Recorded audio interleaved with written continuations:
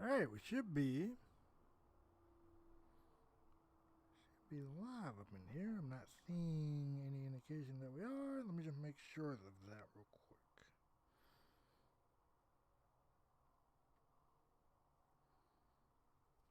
Give one moment.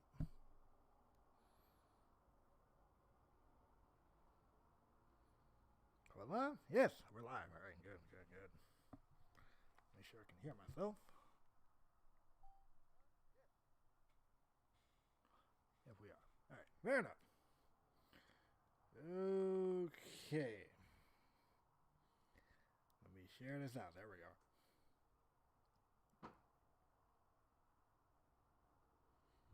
Share this bad boy out to people. Get people up in here. You know what I mean? Happy New Year, everybody, in the meantime. Hope you all are doing well. Hope you guys are doing great. I'm going to give it a couple of minutes to allow people to trickle on in.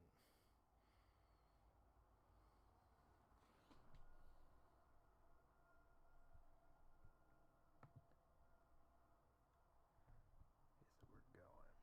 Alright, cool. We're going over here. Connection solid. Alright. Give it a minute for people to trickle on in here, and I guess while people are making their way in, hopefully, question mark.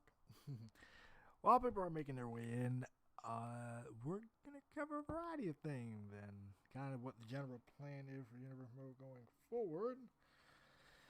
And I'm kind of debating whether I want to get into that now or do I kind of want to save that for the end of the draft. Actually, better yet, let me go ahead and dip the thing right now. At this point, breaking boundaries happen, drafts happen, this, that, and third. So what we're going to do, we're going to talk about the Breaking Boundary pay-per-view, pre-show and main show.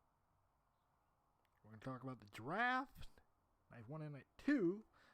And then we're going to talk about the plan going forward because I had to make a clarification on Twitter earlier. Which, by the way, if you're not following me on Twitter, follow me on Twitter.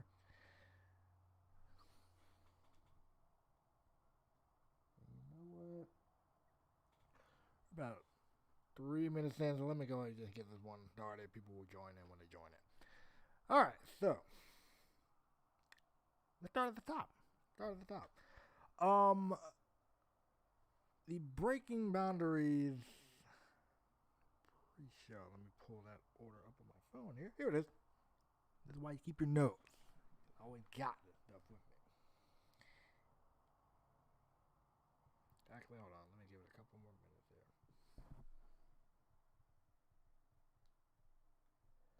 About 3 minutes in, we're gonna get when we get to that 5-minute mark, then we're gonna kind of rock and roll here. I'm gonna give it a minute for people to get in there.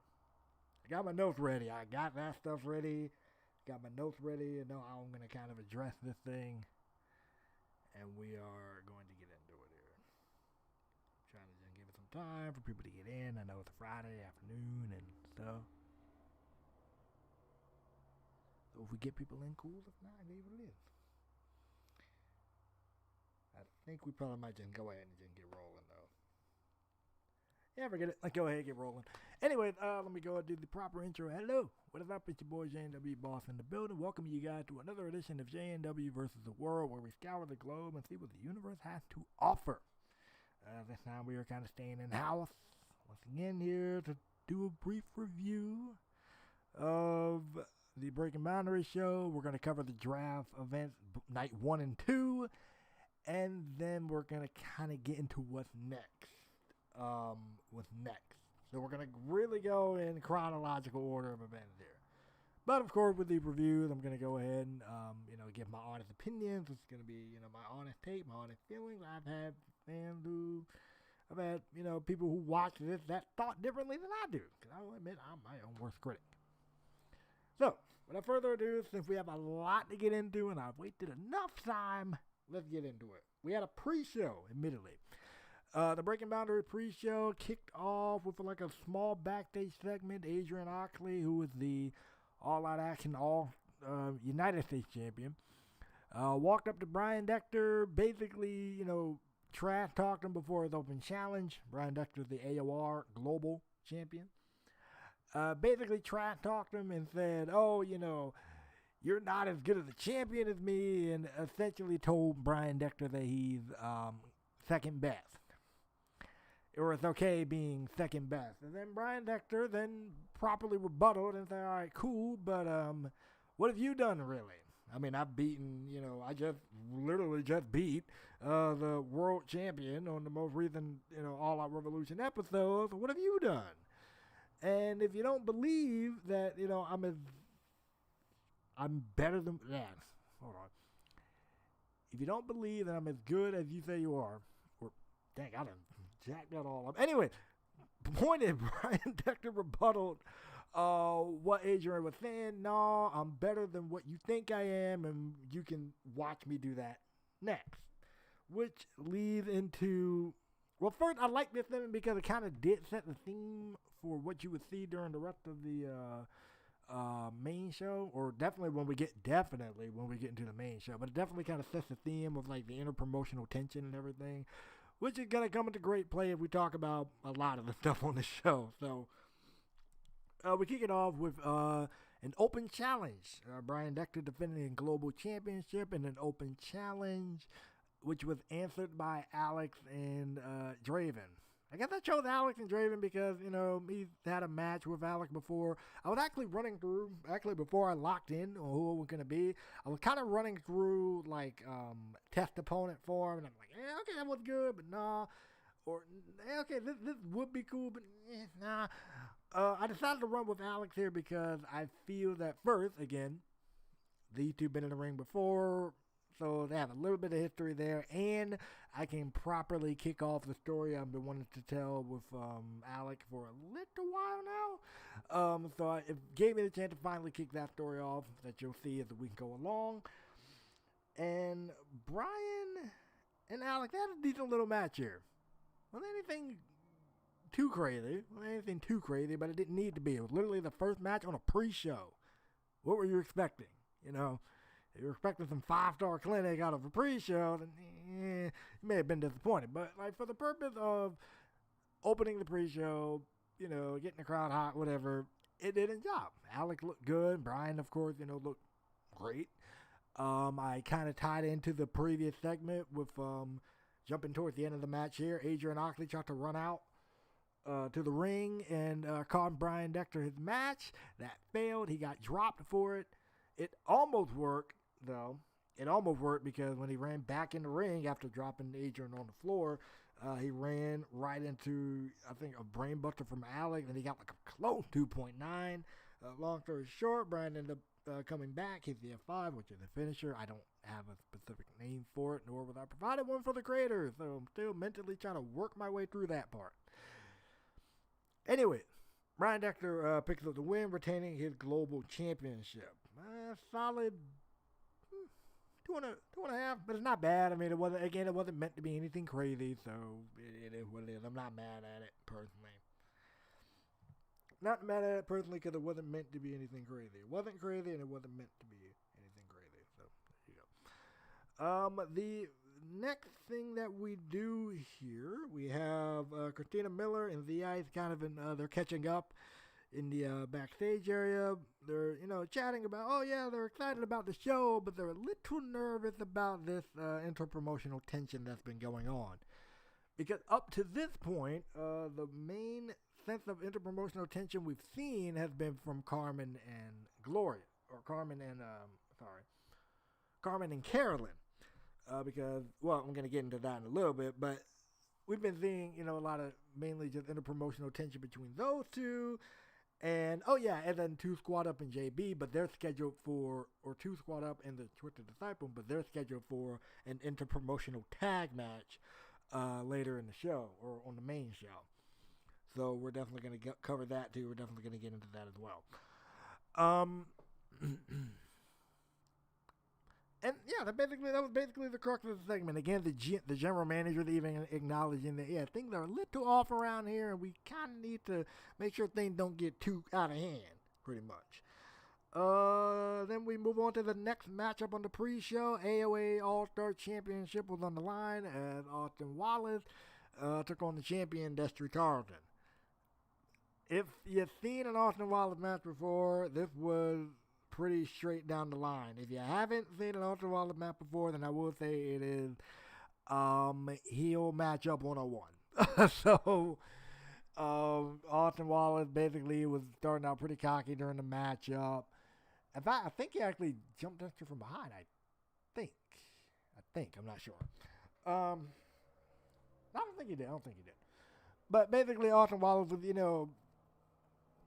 it, kind of cheating throughout the match. He was like cheating at different points during the match, undoing the turnbuckle, ducking to the outside, doing all of this stuff. We're just kind of fast forward to the finish here. I believe we got like a couple of near fall from Wallace in there, a couple of near fall from Destry, but kind of fast forwarding to the finish for this one. So Austin Wallace earlier in the match undid like one of the turnbuckles, right? And used it on Destry. And I think got like a near fall or something like that. Okay. Hey. Someone send help. Hey. Anyway. What's up? Hold on. Let me read that right. Okay. What's up? Anyways. What was I saying?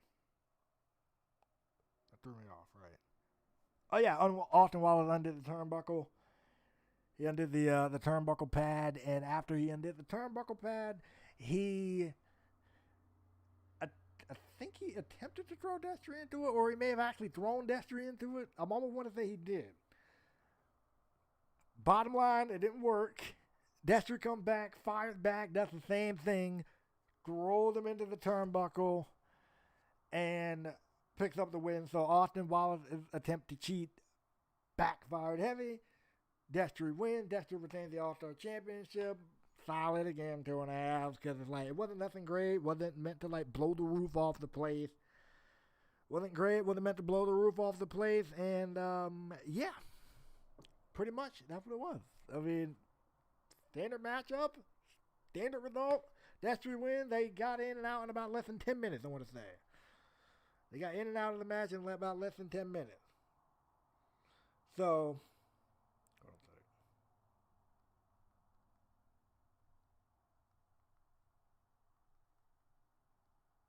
Give me 1 second, guys. Hold on.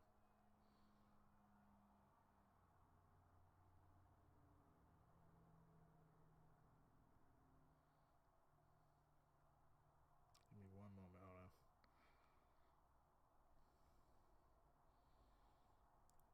Okay. All right. Standard match, standard result. Everything's all fine and dandy. Okay. 2.5 stars. It wasn't anything great. Wasn't anything to write home about, but it got the match done for a pre-show match. And I believe after this, yeah, we just roll right into this next one. It was the main event for the pre-show, the Crew versus the Cabal in a street fight. Now, this match came about, admittedly, this is due to on and off build.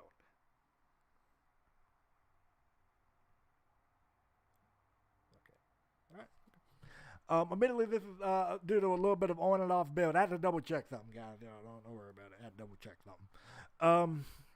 This was like due to on and off build. So essentially, the Crew was promised by the Cabal's manager Taskmaster that after they won the tag team titles for taking care of the Millennium Riders, that they would receive a shot at the tag team championship. The Cabal end up winning the tag team titles, and they don't get a shot at the tag team title. And the Crew doesn't get their chance to become the tag team champion. So Tony Woods at this point is kind of sick of it. He's like, okay, yo, you're going to give us our tag title shot? I mean, you literally had the belts and then you lost them and we never got our shots for it. That matter, like, no, don't worry, man. I'm a man of my word. We're going to get this figured out. Whatever. Next thing you know, the Cabal now, this is going into Onslaught, the Cabal is now in a number one contenders match against the Millennium Riders. And now Tony Woods is like, wait a minute. Why are y'all in the number one contender match when we still waiting on y'all to get a third title shot? What's going on? And then the Cabal lost the number one contenders match. And then Tony Woods got sick of it. He knocked out Taskmaster.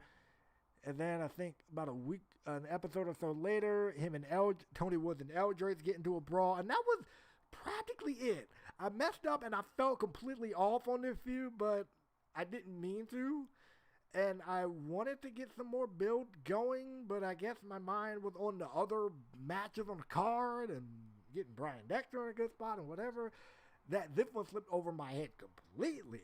So that's why this match was on the pre-show as like a final way to just mentally just get this match out of my head and to get this match, just out there, because I didn't want this story to like have a, just be completely just sitting there incomplete. So I came up with this street fight last minute to like to compensate for the poor build, and that's why this match was on the pre-show and not the main card.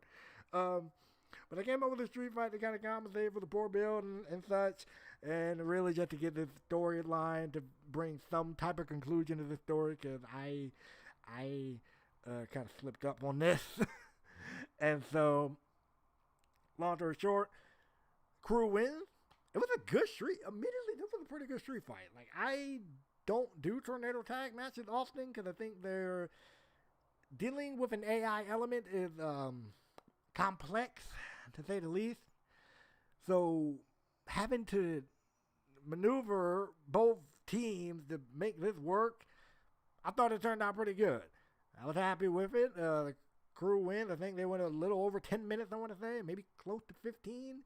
But it was a solid street fight. I think we saw like some tables involved. We saw like a kendo stick involved, a chair involved.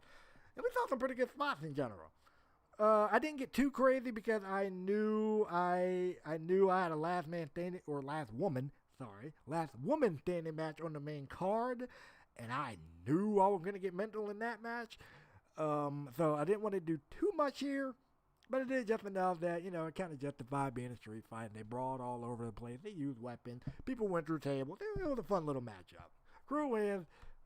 3 stars. That was good. 3. It was just good. It was good. Final segment to close out the main card. Final segment to close out the main card pre-show. Final segment to close out the pre-show was Darren Tarleton running into Dwayne Frost. And Dwayne, actually, no, other way around. Yeah, no, Dwayne runs into Darren runs into Dwayne. Sorry. Your names start with a D up in there. Darren runs into Dwayne. And basically, Dwayne warned Darren that if he touches Nate Shields tonight, he is going to have to deal with him. Because he heard the threat that Darren made to Nate Shields. And if you're not knowing what I'm talking about, to basically explain, there was a promo video uploaded of Darren, and he was basically saying how everybody looks at Breaking Boundaries as this great event, as this great night, whatever, but he can't look at the show that way. He can't look at the show that way because of what happened last season. Now, what happened last season was that Darren had to sit back and watch his brother Destry get tossed from the top of a cage to the floor, intentionally trying to injure him because, of course, Destry won the match by escaping the cage, quote unquote, but he kind of got tossed to the floor intentionally. So he had to watch that, and then he was kind of told that he couldn't do anything about it. So that's really what set him into motion, and with the intent to take out Nate Shields, with the intent to take out Dwayne Frost, with the intent to do all of that, but he couldn't properly do it as Nate and Dwayne ended up leaving All Out Action to go to NXT because they got looped into this NWN storyline that was going on at the time. And again, to make it plain, that's jumping into something completely different. Let me not veer off too much here. So Darren then says, yeah, I might attack him. I might not. But tell your buddy Nate I said good luck. AKA, we teasing some stuff for the main show. So, and the reason Dwayne isn't there, by the way, he mentioned that he's not going to be there because he's getting everything ready for the celebration when Nate Shield win the World Championship. AKA an excuse to get him out of the building. So, so that's pretty much a segment there, and then we do the main card rundown for the pay-per-view. Getting into the main card pay-per-view here, I'll run down. I'll go match by match, of course, on the main card here. But getting into the main show here, we have a nice little intro video package that I thought to put together, hyping up, kind of like a reminder of what happened during last season's Breaking Boundaries, which I will do a watch along for. Just time and stuff and getting in the way. I do want to do a watch along for it because I was wanting to do it before the pay per view, but then couldn't do it. Couldn't get to it, so whatever. But I do want to do that though. Anyway, hyping, like basically kind of showing off everything that happened last season with the alliance that we formed with XTV, which still is technically kind of going today. I mean, we still have Carmen. We still got Nate and Shields together as a partner, which was they're doing. We still got Mr. Pac-Man with Weapons of Mass Destruction, which I'll get into them in a minute. So, that's to say, if it wasn't for XTV, a lot of the stuff that you've seen probably wouldn't have happened.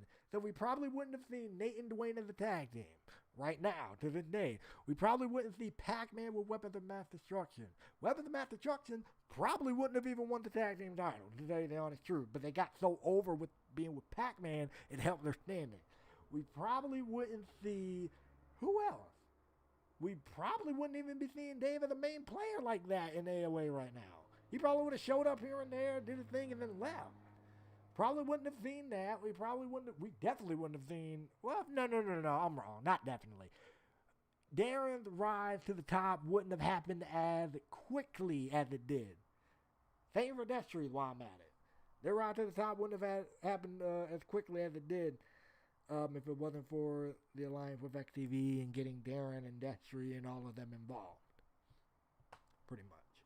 Oh, and of course, the World Collide concept wouldn't have been a thing because if I didn't think of the idea to do it with XTV, if we didn't pitch that idea together and do that thing for the first show, I wouldn't have came back and did it for season 2 with Cole.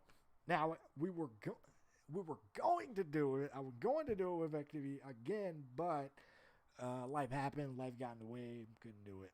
It is what it is. Anyway. Now, of course, I done lost my place. Bingo. I was talking about the video package, right. We highlight everything that's going on with Breaking Boundaries from last season, and then we tie it into what's going to happen on this show, and mention some of the rivalries and stuff that are going to be taking place there. Shoot off the pyro, and then we get to the chaos early. So, the first thing we see before we even get to a match, and this show is emanating from Brooklyn, New York, by the way. Or not Brooklyn, New York. Sorry, the draft emanated from Brooklyn. From New York, in Breaking Boundaries. We kick it off with a backstage altercation between Carmen and Carolyn. Because here's where the interpromotional tension that I was mentioning before comes into play. At the last season's Live On pay-per-view, the first ever AOR pay-per-view, before I decided, okay, these guys are too good to be just a developmental show, which is what All Out Revolution started as. They legit started out as a developmental show. That was the main reason I created them. But just like WWE NXT, they were so good, the stuff they were doing was so good, it was like, people were like, dude, this can compete with AOA technically as its own entity. So we said, bet. And I talked with J-Dog, and we were like, yeah, bet, let's do that. So, so they did that. So they started having their own pay-per-views and all this other stuff. So we get into that. And in fact, fun fact, if All Out Revolution remained as a developmental show, to tell you the honest truth, you would have started to see call-ups at this pay-per-view right here. Because I remember going back to season 1, whenever this started out and I was like getting it going for the first time. I remember, okay, now when would I start calling people up? And then I thought every season I would do call-ups around this show right here. So if All Out Revolution remained a developmental show, Call Up would have taken place at this pay-per-view. So there you go. Anyway, we start off with some carnage as last season. This started from last season Live On show. Carmen, after retaining her women's championship in a triple threat match, is greeted by Carolyn Amber because All Out Action was a guest on the show. Got in Carmen's face and said, congratulated her, but then said, but if you and I were to ever step inside the ring, I will make you fade away. And Carmen said, okay, that's cool. I'll remember that. Fair enough. And she remembered that. And so she calls out Carolyn and says, hey, I remember all that time ago you said you were going to make me fade away. Well, we have an interpromotional pay-per-view coming up, and I want to see if you really about that. So she challenged Carolyn to meet her in a fight out there in the parking lot on the show. Night of the show, meet me out there in that parking lot. Let's get it on. Then they started to invade each other's shows because Carmen showed up, started attacking people. Carolyn showed up to All Out Revolution one time to try to mess with Carmen a bit. Both women were actually in a championship match. I was also kind of building to a championship match for both of them. Carmen defending her women's championship against Gloria Bath, and Carolyn challenging the women's champion, Miss Wilcox. So we get into the fight early. They go to the parking lot. They fight for like a couple of minutes. Carolyn gets the upper edge by like powerbombing Carmen across the floor. Fun way to kick it off. It's a fun, chaotic way to kick off the show, and again sets the tone for the night, because this is not the only crazy thing you're going to see on this show. Definitely not the only crazy thing you're going to see on this show. Sets the night, sets the tone perfectly. Sorry about that. We then get into our first matchup. Adrian Oxley, the All Out Action United States Champion, versus Sean Wright. This match was building because Adrian Oxley got involved in the business of Sean Wright, costing him the All-Star Championship because he claimed that Sean was acting purely on his emotions and not really trying to win the match. So he feels that he needs to be the guy to steer Sean in the right direction. And Adrian's way of doing that was apparently to trash talk him, to belittle him at every single turn. And then Sean's emotions were getting the better of him. Sean acknowledged it, like, yeah, my emotions are getting the better of me. But I also kind of want to say thank you, because you're the one, from you talking junk about me 24/7, with you getting involved in my business always, is the reason why I found my mojo again. So thank you. And now I'm going to take all of my energy out on you. By the way, this match is non-title, because Adrian Oxley was first, kind of scared to defend his title against Sean Wright. But second, I kind of agreed that Sean needs to get his emotions in check. I kind of agreed. Sean needs to get his emotions in check first before he starts challenging for championship. So he'll give him a non-title match, yes, but he's not going to give him a United States title match here. The most recent episode of All Out Action, right before the Breaking Boundary pay-per-view, there was a Pick Your Poison match. Sean picked Tyson Young for Adrian Oxley. Adrian Oxley was cruel and picked Reaper for Sean Wright, so Sean was coming in all banded up, thanks to Reaper, and then the post-match attack from Adrian Oxley himself. This was a good opening matchup. I think that's the thing I kind of like about Sean, is that I can stick him. I've officially realized I can put Sean anywhere on this card, and he can do perfectly fine. I've had Sean in a main event match before. Again, Darren, he did great. I've had him as like a mid-card guy for this entire time. He's done great. And then this time I've had him in the opening match of the show, and he's done great. So, like, Sean, I realize, is a solid opening match to mid-card guy. I might move him, start edging him more towards main event as time goes along. I don't plan on doing that with him anytime soon, but I may move him towards that point at sometime soon. Adrian Oxley has been he's been a decent United States champion. It's been a little difficult. I mean, he's had like 2 defenses, I want to say. No, I'm wrong. No, wait, has he defended that? I don't think he's ever defended that U.S. title yet. I don't think. He won it at next level against Jay Morgan. The World Collide stuff happened.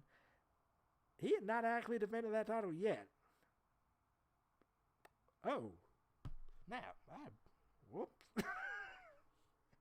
I legit just realized Adrian Oxley has been United States champion for close to in-game wise 2 to 3 months now, and has not defended that championship yet. Hold on, wait. 4, close to 4 months actually, because there was 8 episode build to World Collide, and he won the United States title. He won the United States title at next level. About an 8 episode build to World Collide. There was about a 6 episode build to Breaking Boundaries. So yeah, that's close to 4 months he's due to not defending his U.S. title yet. Okay, I am going to fix that pronto. There we go. So there we go. Anyway, during this match though, non-title, and Adrian Oxley loses this matchup. Or actually, no. Adrian Oxley starts out beating the brakes off Shawn, stomping him out, working on his rib, working on his head. And then Shawn eventually starts using his speed to get back into things, start throwing these quick strikes, start throwing these springboards. There was actually a really nice spot that I remember during the match. I think like they were both on the outside of the ring. And I remember Shawn runs back in the ring. Adrian runs after him. And Shawn bounced off the rope on one side. Adrian bounces off the same rope. Shawn then runs to the other side, springboards off of it, and then catches him with a DDT. It was like this cool little cat and mouse spot that actually looked really, really cool. It was a nice little cat and mouse spot there between those two. Then the match starts getting kind of even again with, then the match begins to get even. So both of these guys, now they're both hitting their big stuff. And long story short, Shawn ends up winning. Oh, no. There was a spot where Adrian hits the Oxley driver, Kudo driver, cop killer for 2.5.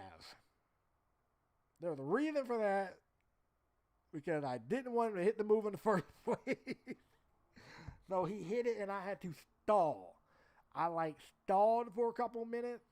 Had him taunt, had him do all this extra stuff, then go for the cover. Because I actually didn't want him to hit the move at all.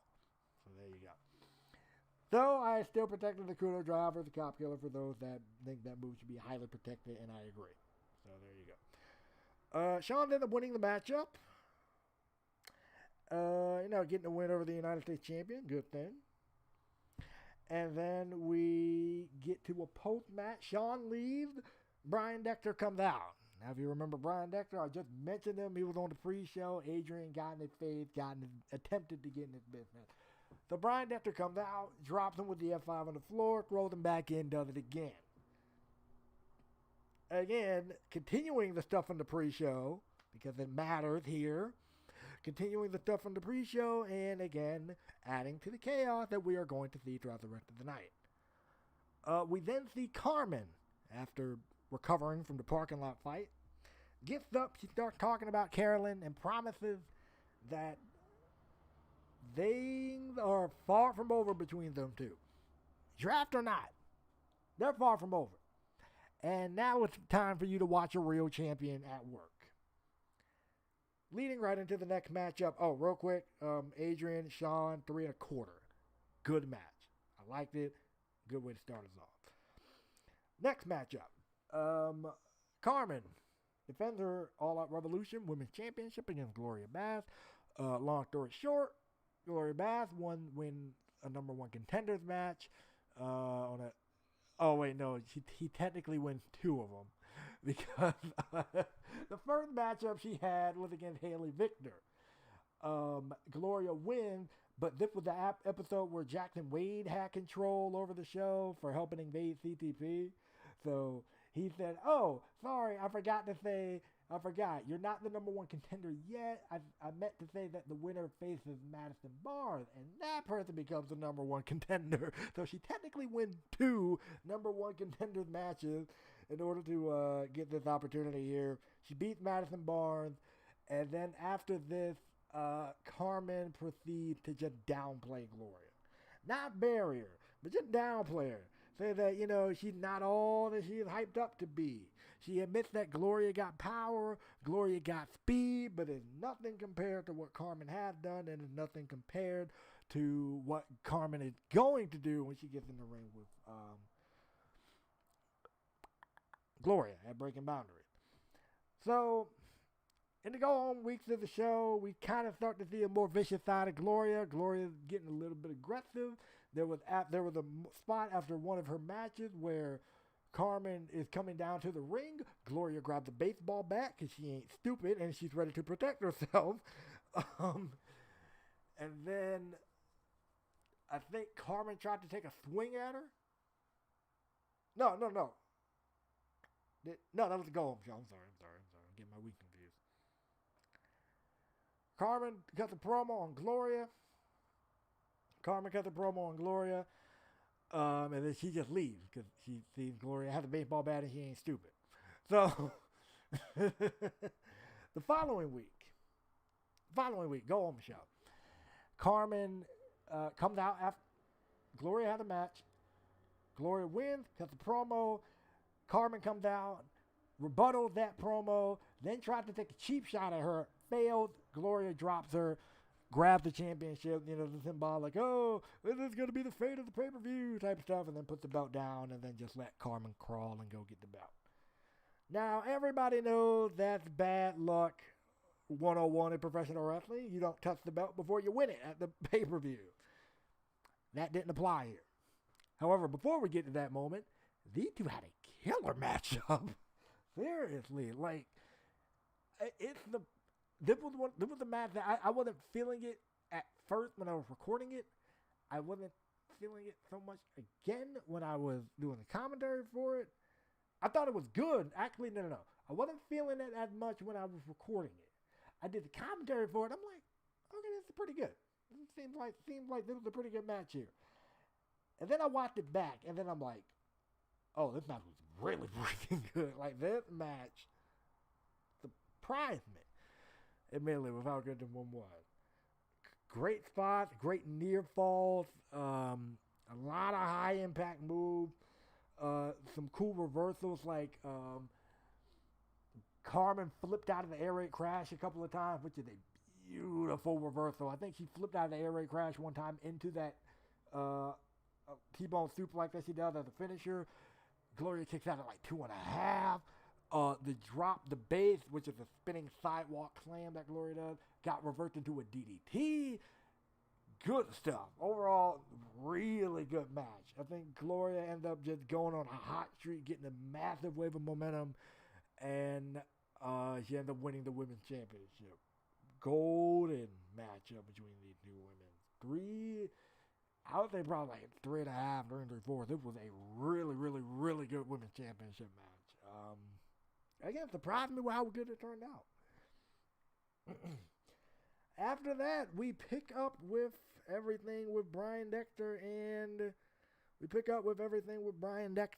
Adrian Oxley. They're fighting in the backstage area this time because Adrian approached him. He said, "Nah, I'm ready to keep going. Let's keep going." They fight. Round 3 ends between them with Adrian Oxley getting thrown to the door, and then Brian Dexter walking away. Adrian Oxley gets back up, chases after him, and then tries to fight him again, and it backfires again. Now, upon hindsight, I probably should have made Adrian win at least one of those altercations because he just got punked out by Brian 24/7.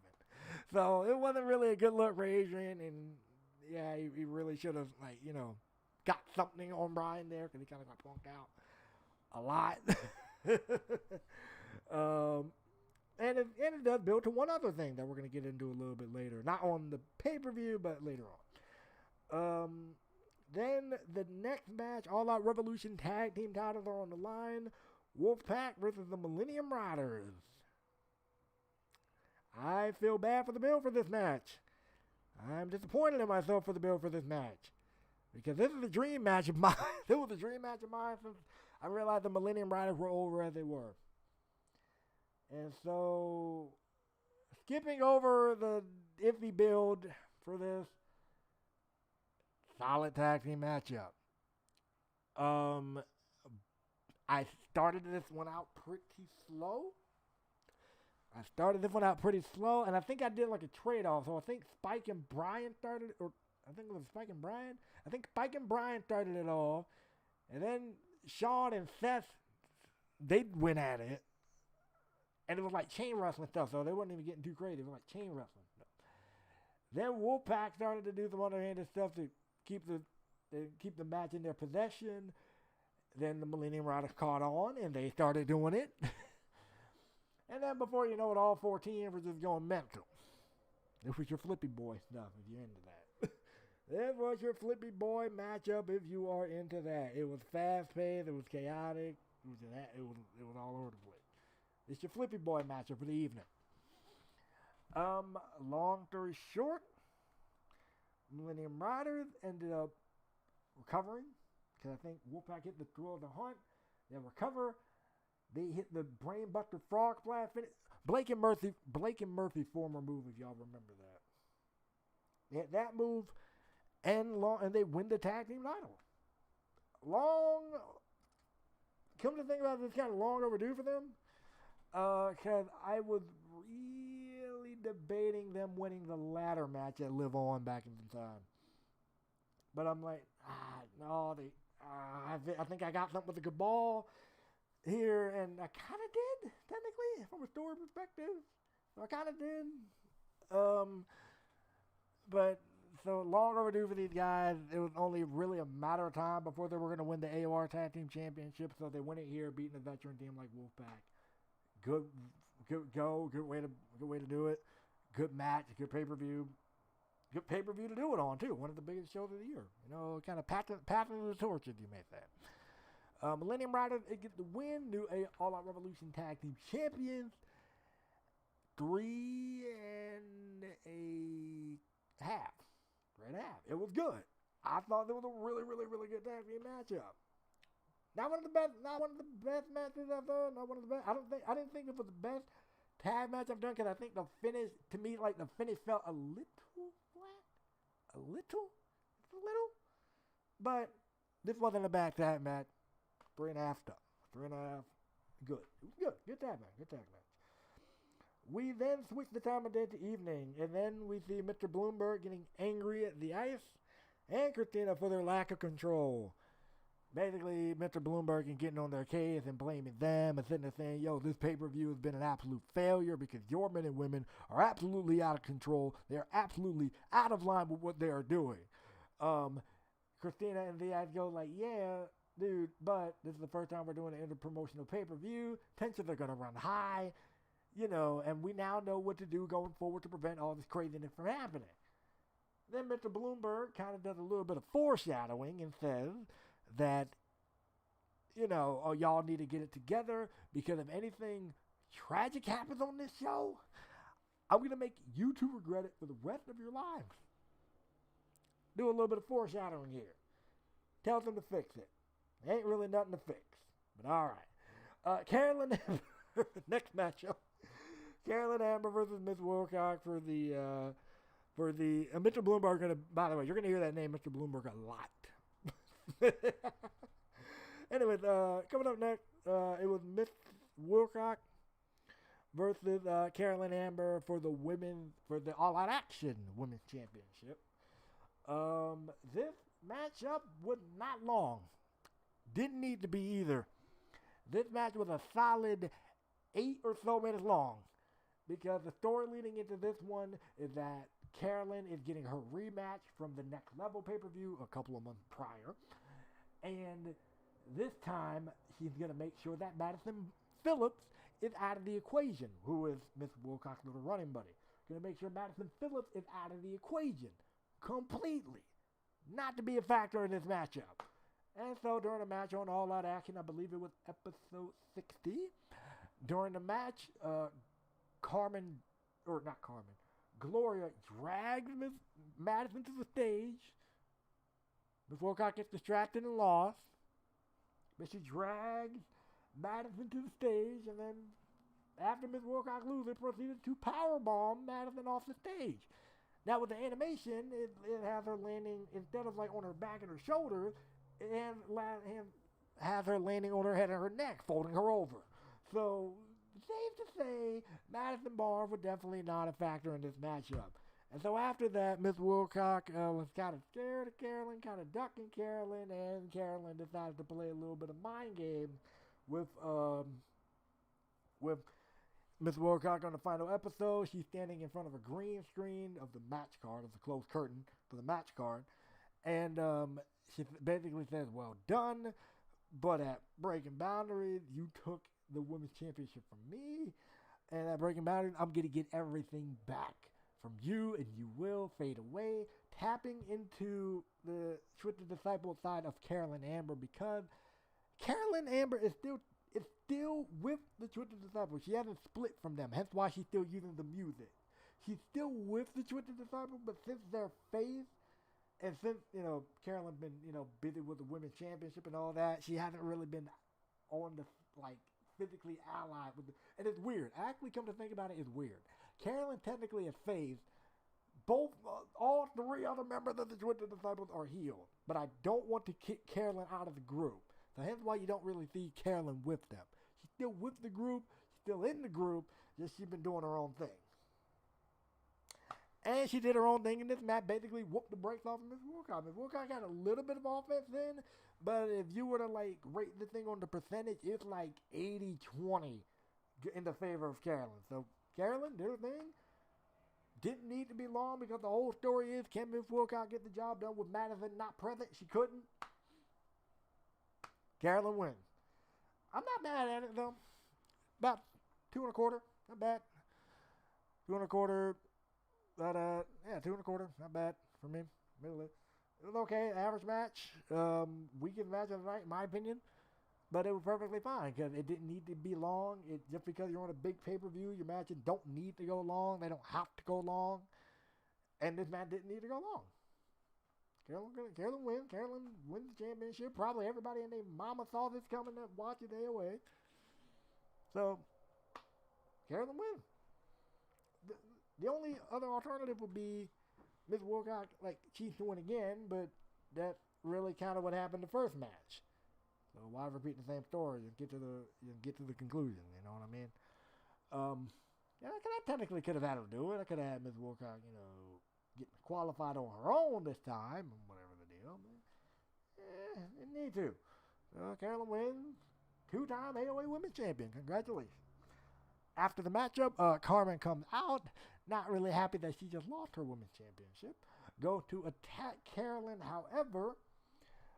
Gloria, the brand new Women's Champion, makes the save, realizing what Carmen was about to do, attacks her up on the stage, drops the base a couple of times, then grabs the championship, go to the ring, and celebrate with the new Women's Champion. So the two Women's Champions celebrate, whoop-de-doo, blah, blah, blah, blah, blah.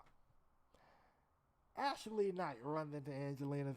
Then we cut to the back. Ashley Knight runs into Angelina Spears. Ashley, how long have I been going? Okay, yeah, about an hour, about as I expected. Anyway, Ashley Knight runs into Angelina Spears. So this is kind of picking up from Live On too. Long story short, back at Live On, Angelina runs into Ashley randomly. It was kind of a comedic segment at first, and admittedly I wasn't planning on going anywhere with it, but it wasn't until I was planning out this pay-per-view that I remembered, oh, Angelina ran into Ashley before. So I wanted to play off of that one. So Ashley runs into Angelina. Angelina says, hello. I remember the last time I saw you. I asked you if you wanted to be friends. But, the problem is Angelina went about it being way too, kind of weird and creepy about it, Did you accept my offer? Ashley, being kind of spooked out still, said, I've thought about it. Thought about it. Still need a little bit more time, life gets in the way, stuff happens, whatever. I need a little more time to think about that. No, good or the answer is going to be no, but okay. And then Angelina says this. She does a little bit more foreshadowing and says, oh, okay. Time is something that when it's lost, you never get it back. Don't let time make the decision for you. And she says, I'm going to be watching closely to see how well my friend does. Because Ashley, which for those who are actually looking at the screen, she's actually the woman that's on the far right. Ashley Knight. Because Ashley Knight has the last woman standing match. And we're going to get into that a little bit later. Jackson Wade and Dave, the two world champions, face off in the locker room. Jackson Wade comes in and says, "What's up, champ?" or ex-champ after tonight, and then proceeds to explain why Dave is a lame world champion. And then basically by pointing out a lot of his downfalls, pretty much. And then Dave proceeded to do the same thing. And then Jackson proceeded to say,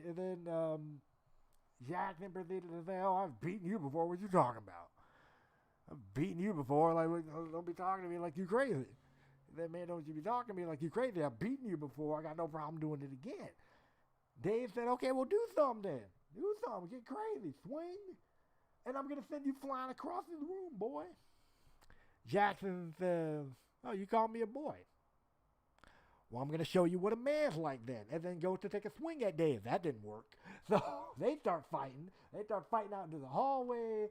And they, continue to brawl. They just brawl. We don't see who gets the upper edge because I just cut away from it. I just cut away from it to go to the next match. But yeah, they get into a little fight. Again, adding to the chaos on the show. That's the theme throughout this whole night. We adding stuff. Coming up next was the All Out Action Tag Tournament Final. Twisted Disciple versus JB and Big Mac.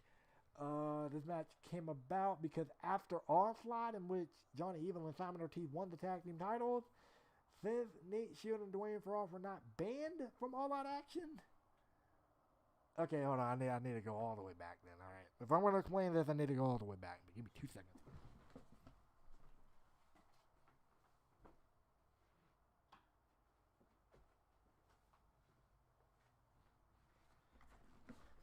Okay, I'm back. Time to explain the issue with the tag team title situation and how the heck they ended up in All Out Revolution in the first place. So, remember that alliance with XTV that I mentioned before? Yeah, this comes to massive play here. So, Nate Shield, Dwayne Frost, they are a member. They became a member of the faction known as the New World Nation. NXTV's King Kong ran the faction, recruited Dwayne Frost and Nate Shield from All Out Action, even though they're still technically All Out Action, competitor. So we get to Armageddon after the New World Nation blew up The Ice's car. Yes, I'm not joking. XTV literally had a segment where they blew up this man's car. It was crazy. The Ice responded on the next episode saying, "Listen, okay, that car meant a lot to me. It was given to me by the AOA family because, I needed a sentimental reason for Zia to come out and address why that car meant so much to him. But I said something along the line that it was like given to him by the AOA family and whatever. So he makes this challenge to King Kong. He makes the challenge that at AOA Armageddon, you pick 2 people.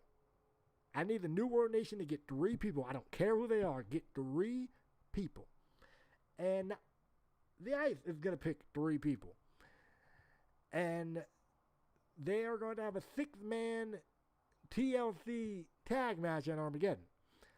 Now, what's going to be inside the briefcase that they're going to be grabbing? Well, if the New World Nation wins the match, then they get what they want. Nate Shields and Dwayne Frost go to NXTV on the spot, no questions asked. They are gone from All Out Action. They will go to NXTV on the spot, no questions asked. Right? Then, if the Ice Team wins, then all 3 members that were picked for that match will be fired. Regardless of the show, you're fired. If you're on that team and you lose that match, you are out of a job. So, the team ended up being Dave, Young Lee, Tenshi versus King Kong. And then, fun fact, I didn't know that XTV were going to pick these guys, but King Kong, Nate Shields, Dwayne Frost. I legit didn't know he was gonna pick these guys at all. He knew I made the match, yeah. But I didn't know he was gonna pick those two. I thought he was gonna pick like two guys that weren't doing nothing on NXT. I thought he was gonna pick them. No, he picked Nate Shields and Dwayne Frost. I said, oh, okay, bet then, fine. So I think we talked and then we made the decision for Dwayne Frost and Nate Shields to win that match. However, here's where the tag team title get involved. Tag title get involved this way. So the episode after Warzone, the Twisted Disciples attack Nate Shields and Dwayne Frost because by this point I was kind of teasing Nate Shields and Dwayne Frost versus the Twisted Disciples. That was going to be like the next big tag match I would do. So they attack them. Later on that night, Nate Shields is in the Ice's office complaining, saying, yo, you did this.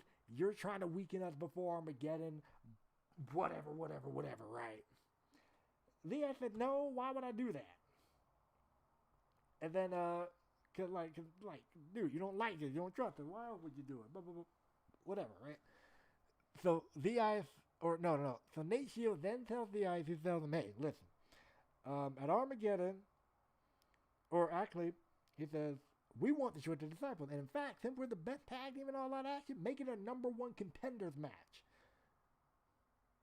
Oh, word. The Ice was an idiot and accepted those terms and conditions. Which means that it was going to be Twisted Disciple versus Nate and Dwayne. And so the winner faces the AOA Tag Team Champion. But it's stupid because if you're the Ice, you're banking on Dwayne and Nate Shields losing that TLC match. Or you're banking on them winning it. No, you're banking on them losing it. So, illogical move by the Ice because not every general manager is perfect. Everybody makes mistakes. So that was the Ice illogical move. Nate Shields and Dwayne win the number one contenders match. They win the TLC match in the beginning of the night, which means they are NXT superstars.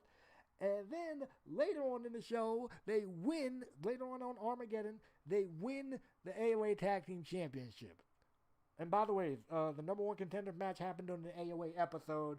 The TLC and then subsequent tag title match happened on the episode, on Armageddon itself.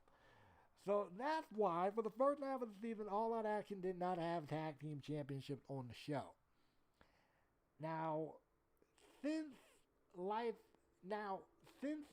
happened on XTV side of things, I decided to work around that and to bring them back in the fold on the channel. Since All Out Revolution was their own entity now and not a part of the All Out Action banner, they were allowed to show up on All Out Revolution. I came up with a loophole that said they're allowed to show up on All Out Revolution, in which they did. And then the Black Assassin became a thing, and then they challenged them for the AOA Tag Team title that Onslaught, Black Assassins win, and so now Black Assassins technically had carte blanche and able to go back and forth between both shows because they had the AOA Tag Team titles, but they were also contracted to All Out Revolution. It was a whole thing.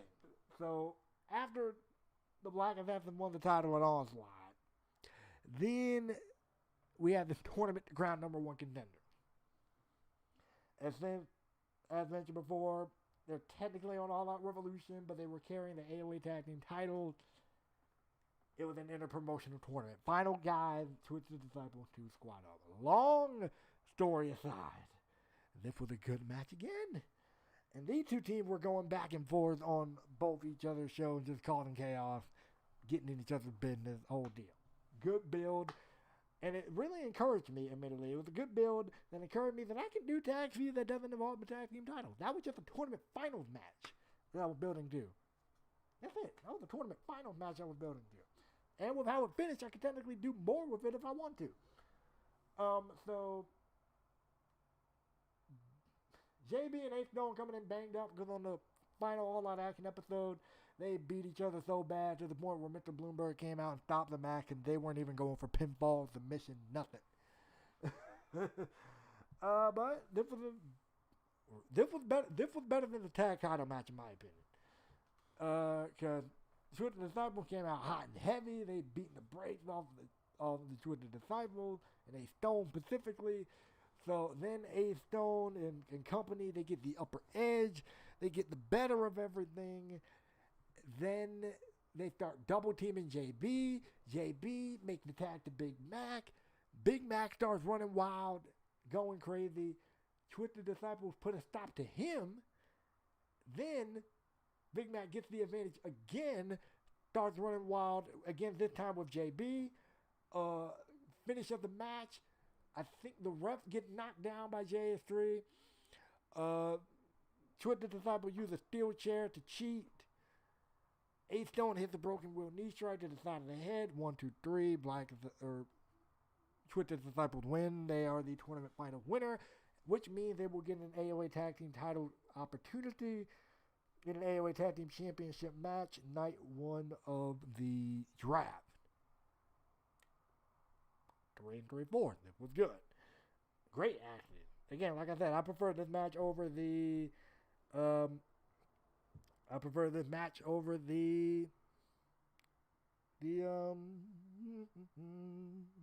over the AOR Tag Team title match, admittedly. I love this one. I like the Twisted Disciples. I'm happy for them. This is the match this is a team I've always wanted to do something with. I always wanted to push. I always said, I will say, like, if the All Out Action Tag Team title weren't on a separate show, these guys would have been Tag Team Champions a long time ago. I'm just saying. But it's cool.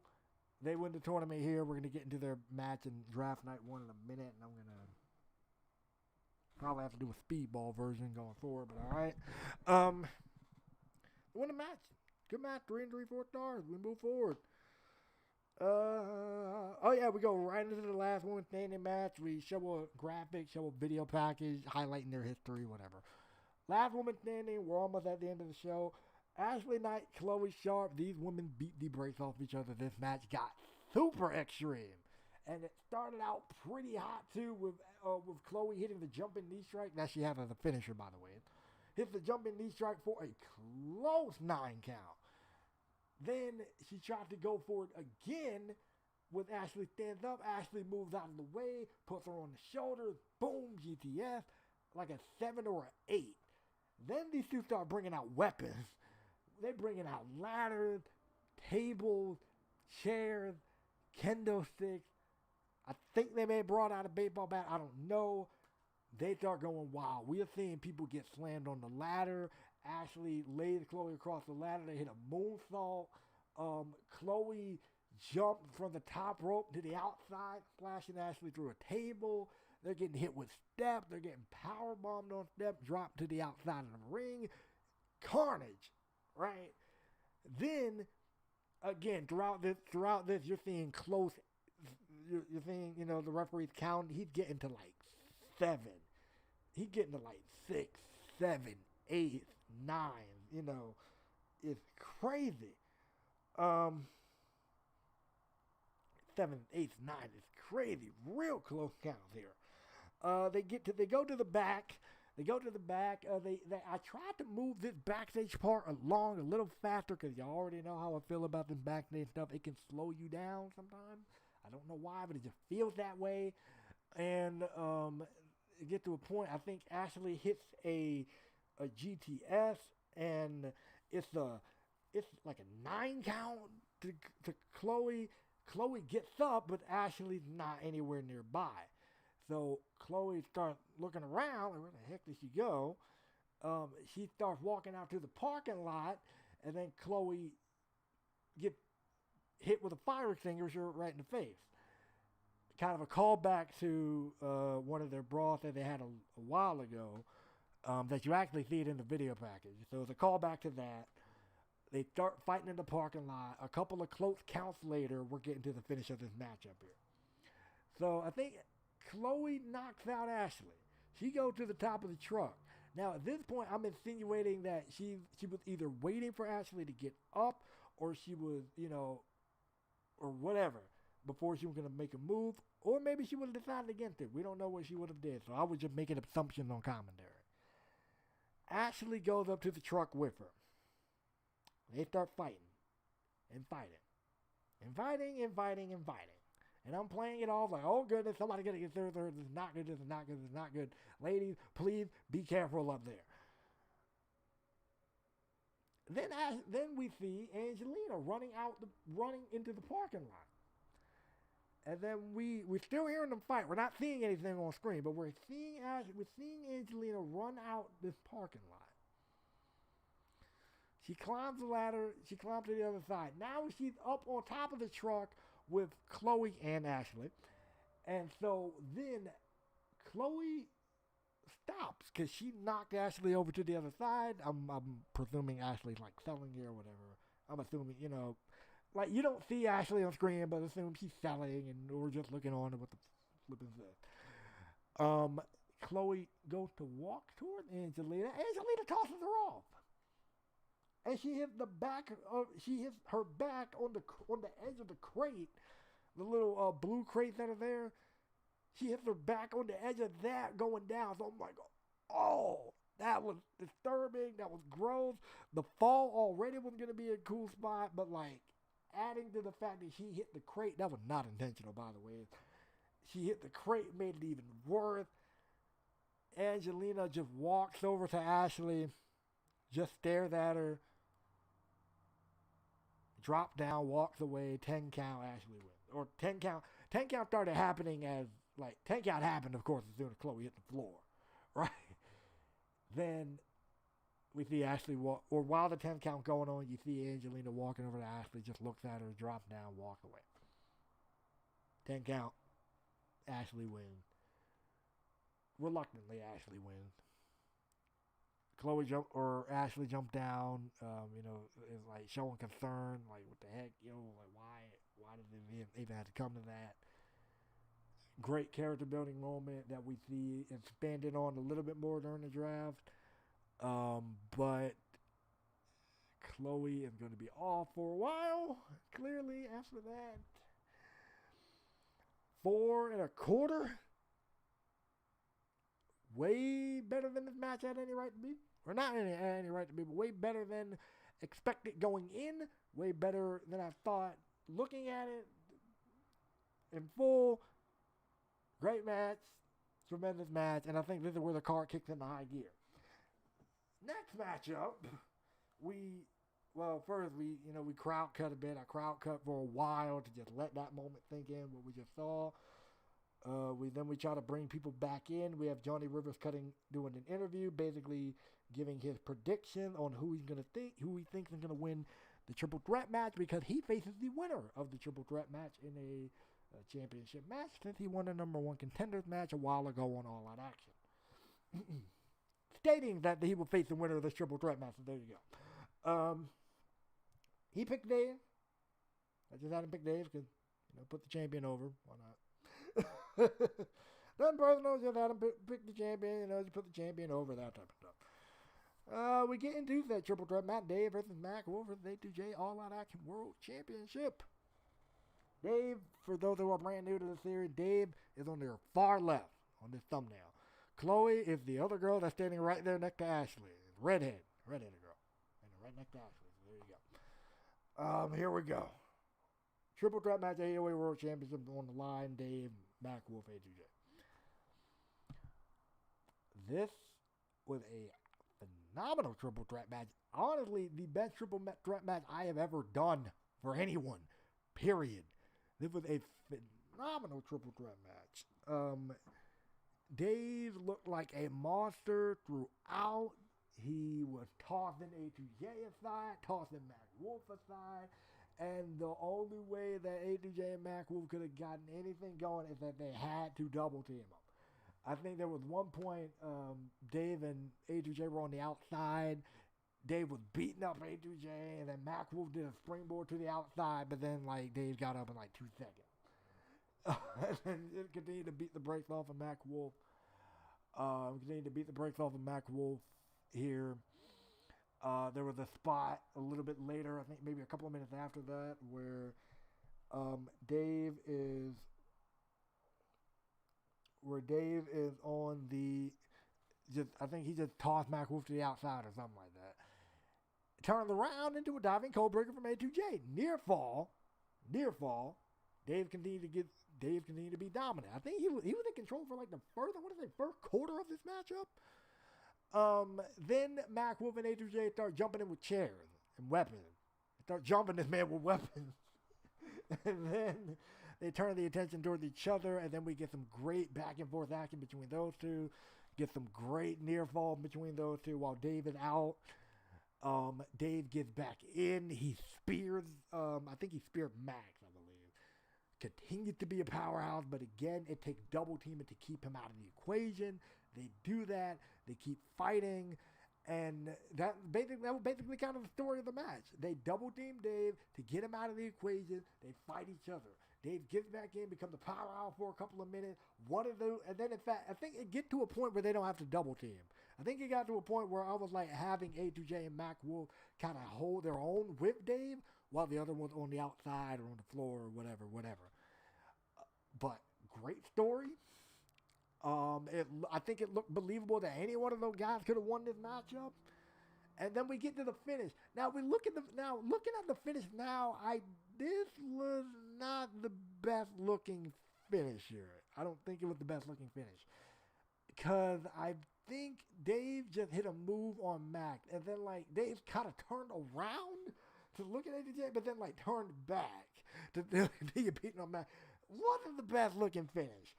But Dave or A2J hits the Diamond Code Breaker again, picks him up, hits him with the Code Breaker 2 more times, pins Dave, he wins, he's a new AOA World Champion. Great moment for A2J, the character, just a great moment in general.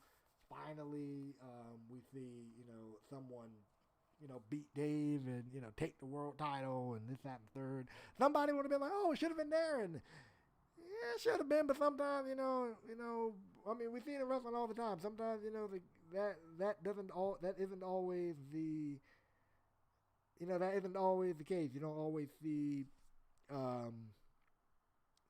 these guys, the guys you expect to win, stand at the top. It just doesn't always happen. You know what I'm saying? It doesn't always happen. Doesn't always happen. So this time, doesn't happen. I'm sure Darren's going to, get back in the spotlight again. And he kind of did later on. But, we'll get to that in about 2 seconds. A2J wins. Great match. Great moment. For him, new world champion. In fact, almost every single championship up to every single championship with the exception of 2, that being the All-Star and Global Championship, have changed hands. So every matchup on this main card, every championship matchup on the main card has changed hands as we go into our main event. Oh, and for this match, 4.5. Like I don't usually rate my stuff that high, but that was golden work. And if like the finish was better, easily 4 3/4. This was. I really, really enjoyed how this matchup went. In my opinion, I enjoyed how this matchup went. And again, some people are gonna be like, "Oh, you're rating this." I don't usually rate my stuff that high at all. Actually, I really don't. I really, really don't. 4.5. I thought it was really good. Really good triple threat match. Match of the night. My personal match of the night, to tell you the honest truth. And then the main event. Nate Shield versus Jackson Wade, All Out Revolution World Championship. Nate Shield, first ever opportunity in his hometown. That fun little deal. I tried to get fancy with the production and use a whole lot more highlight reels than I normally would. Kind of worked, but kind of didn't, because I've actually gotten some feedback on this one. About like ways to improve the highlight reel, my highlight reel usage, and I've been working on implementing that within my theories and everything. So got some highlight reel feedback on that. Match itself wasn't bad. Nate looked like a powerhouse of this whole thing. In fact, he had Jackson on the ropes a lot of the time. But Jackson, of course, being the champion he is, he's fighting back. He's doing what he can. Things get a little bit crazy. We see the barricade getting broken. We see the announce table getting destroyed. A crazy little matchup here between two powerhouse guys here. And Nate's first world championship match ever in the series ever up to this point. Like seriously, he's been in this he's been in this series since Last Stand of season 1, which is for context purposes. Last Stand season 1 was the no, Most Wanted was the first. I'm gonna go with the second.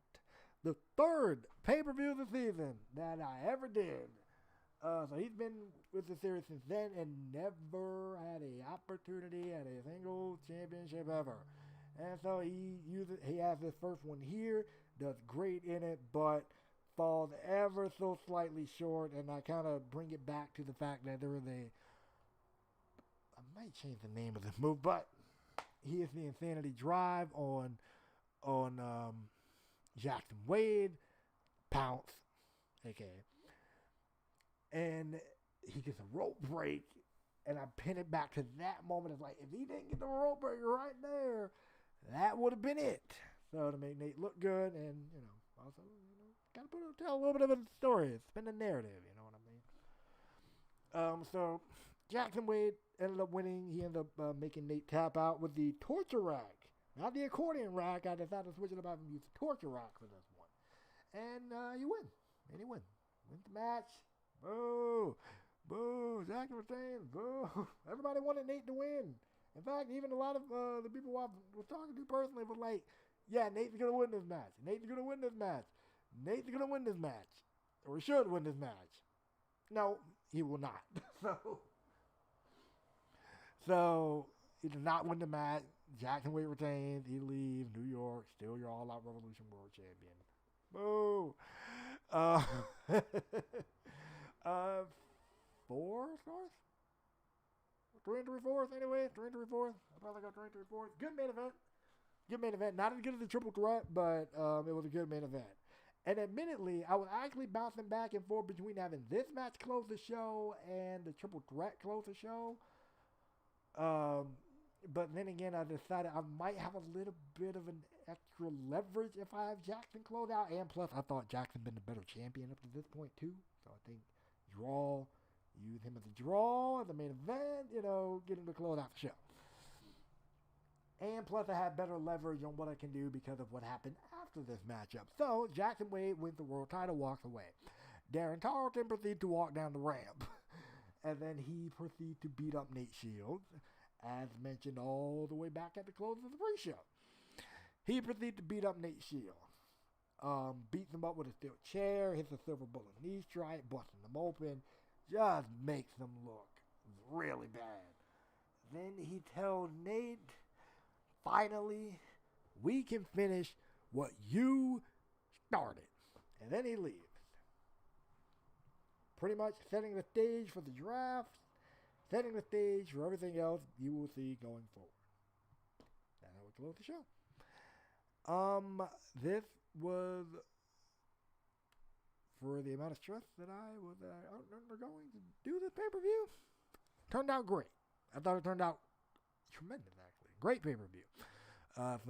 Especially the last, and the weakest match to me on the card, like I said, was Carolyn versus Miss Wilcox, but the other matches before and after it went were really, really good.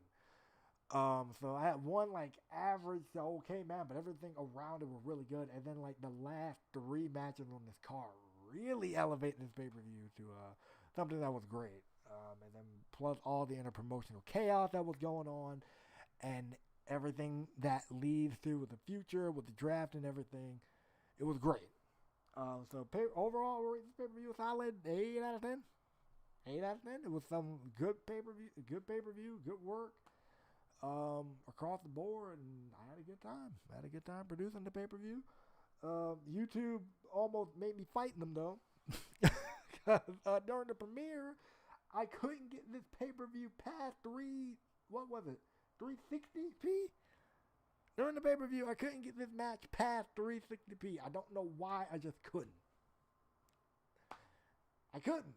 And then when the premiere was over, though, it was perfectly fine at the 1080 that I set it at before. Whatever. YouTube, y'all wild and making me look bad.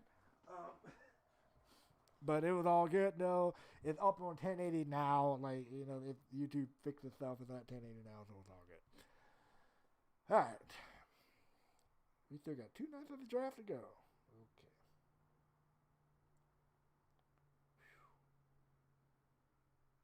All right.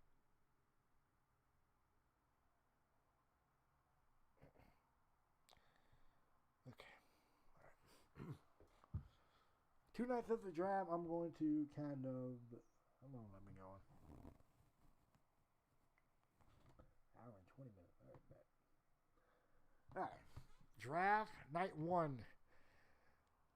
I'm just gonna kind of run through this one. I'm really just gonna kind of run through this one. I'm gonna speedball my way through this one because we have 2 nights of the draft to talk about. So I'm just gonna get into it. Draft night 1. The rules are here. Let me tell you what the draft rules were, though. The rules of the draft is that both shows can get 2 picks per round. Both shows can get 2 picks per round. If you pick a tag team, that counts as your 2 picks. Everybody is an individual here. The only people that had exemptions from that rule were people who were in a manager-only position. So, people who were just a manager. If you competed in a match inside of that ring, you do not count. So, guys like Mr. Pac-Man, you can go to WMD without an issue. People who served as a manager only. And Johnny Rivers, because due to his AOA World Championship match that he earned by winning the number 1 contenders match. Also, champions are ineligible to be drafted. So this prevents this whole thing. So, also, champions are ineligible to be drafted. So this prevents the whole thing that WWE likes to do with drafting champions and doing the stupid belt swap thing. Champion, if you're a champion, you're ineligible to be drafted. There you go. It maybe makes the draft less exciting, but it beats the stupid old belt swapping thing. I don't like that. So, champions ineligible. Anyways, night 1. Wrong card. Night 1 of the draft. Oh yeah, it was a 2-night event. So night 1 was round 1 through 4. Night 2 was round 5 through 8. It was an 8-round format.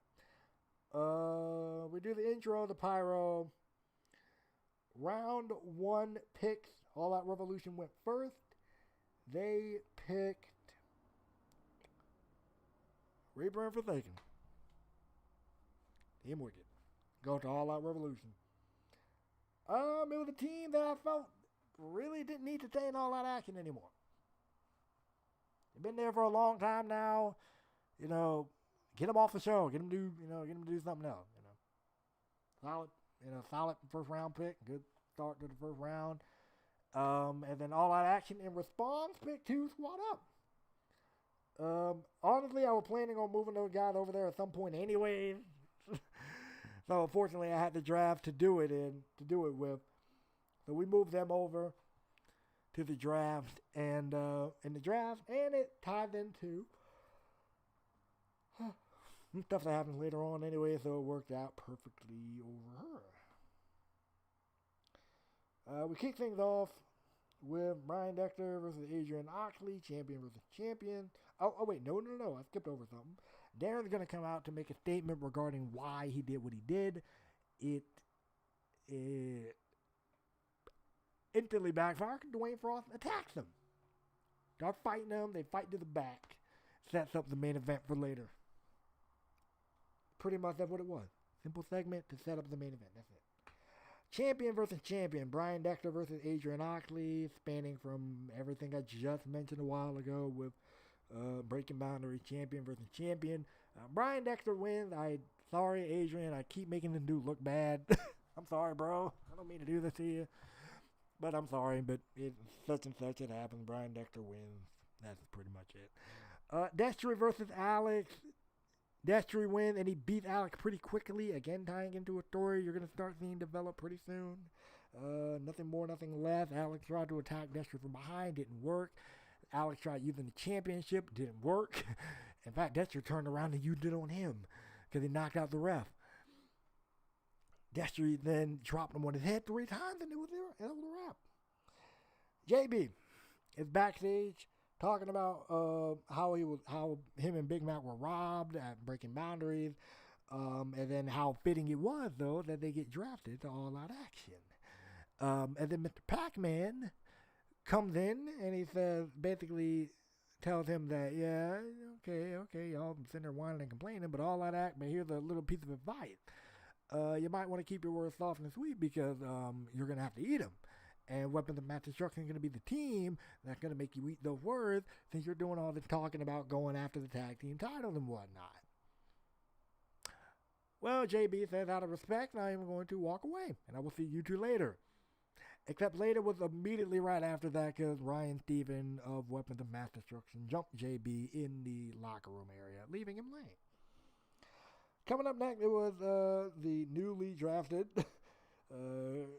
Reaper and Forsaken to All Out Revolution versus All Out Revolution's Wolfpack. A lot of the matches were interpromotional, by the way. Well, technically, this one now wasn't because they were drafted. You get my point. When the card was set up, it was all interpromotional matches. Reaper and Forsaken practically dominate this matchup. You can say it was an elongated squash, and I wouldn't blame you. Wolfpack did get their moments in, though. They started to look really kind of good towards the end, but there were two moments in particular that threw them off their game. Number one, there was a spot where Spike Burn accidentally hit the moonsault to Spike. That didn't work. And then there was a moment where, this was toward the end of the match. This one was nasty, actually.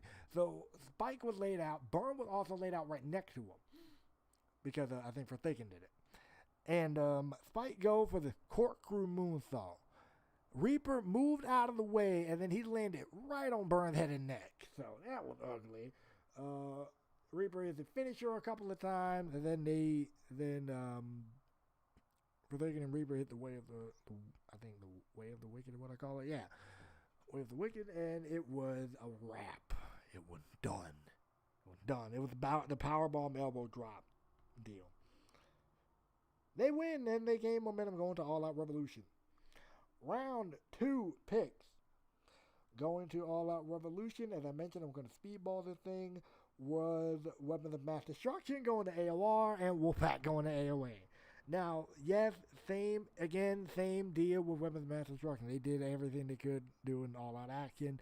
Winning the tag team titles 2 times, change of scenery. Wolfpack, it returned them back to their original show. Homegoing for Wolfpack, new territory for Weapons of Mass Destruction.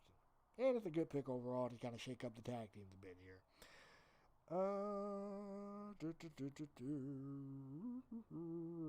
Okay, next matchup.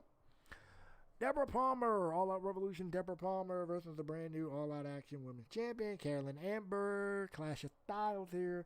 Deborah was more focused on her grappling and the submission when the power game was relying heavily with Carolyn Amber. Deborah was working the arm for a good bit of the matchup.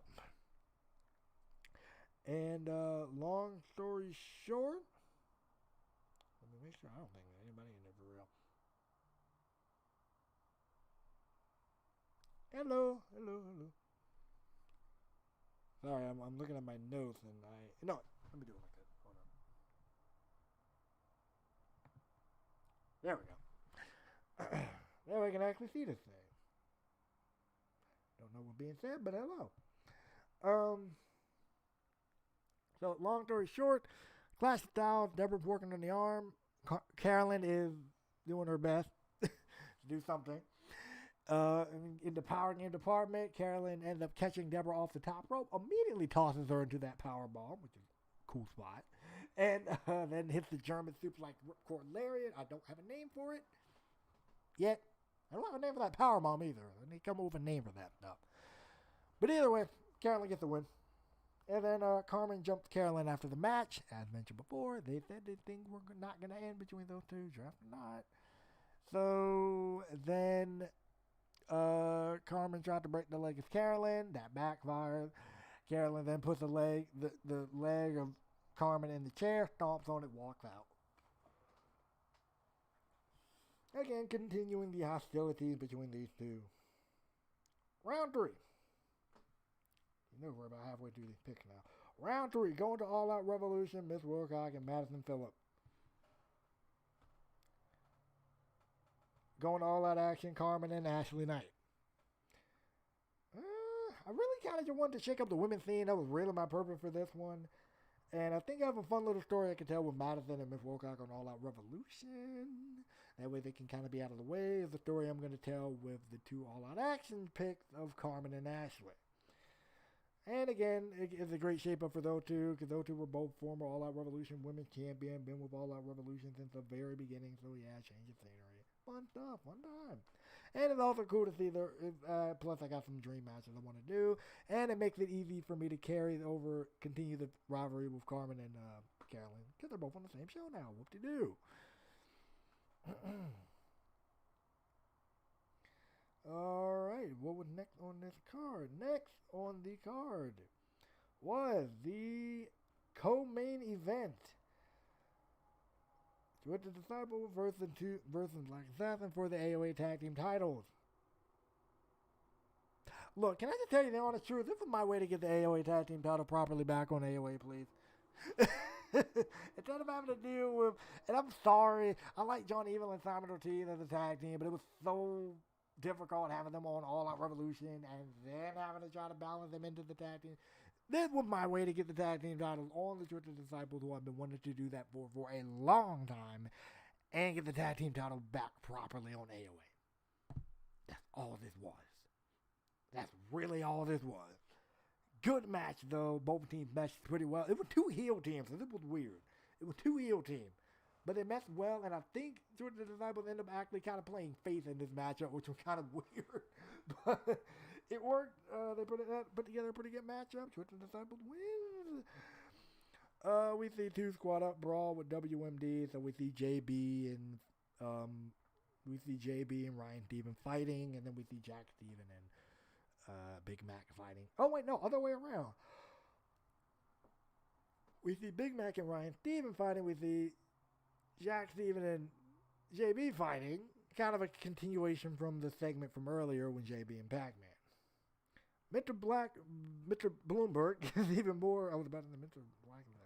Bloomberg is even more angry at VI because again the chaos is continuing. They feel like there is nothing being done about this. He gets sick and tired of this stuff, right? And he brings up that, oh, so you allowed this to happen to Chloe. This is on your hands, remember? And then, he was trying to insinuate that VI didn't care about what happened to Chloe when he does. He's a caring guy. He's a compassionate man, He doesn't want he cares about everybody. He doesn't want any of that to happen. And then he just simply tells them to shut up. A2J comes out to the ring. New World Champion, happy about his title win at Breaking Boundaries. He's beginning to cut a promo, and then Jackson Wade interrupts him and says that A2J was cutting good guy promo 1-on-1.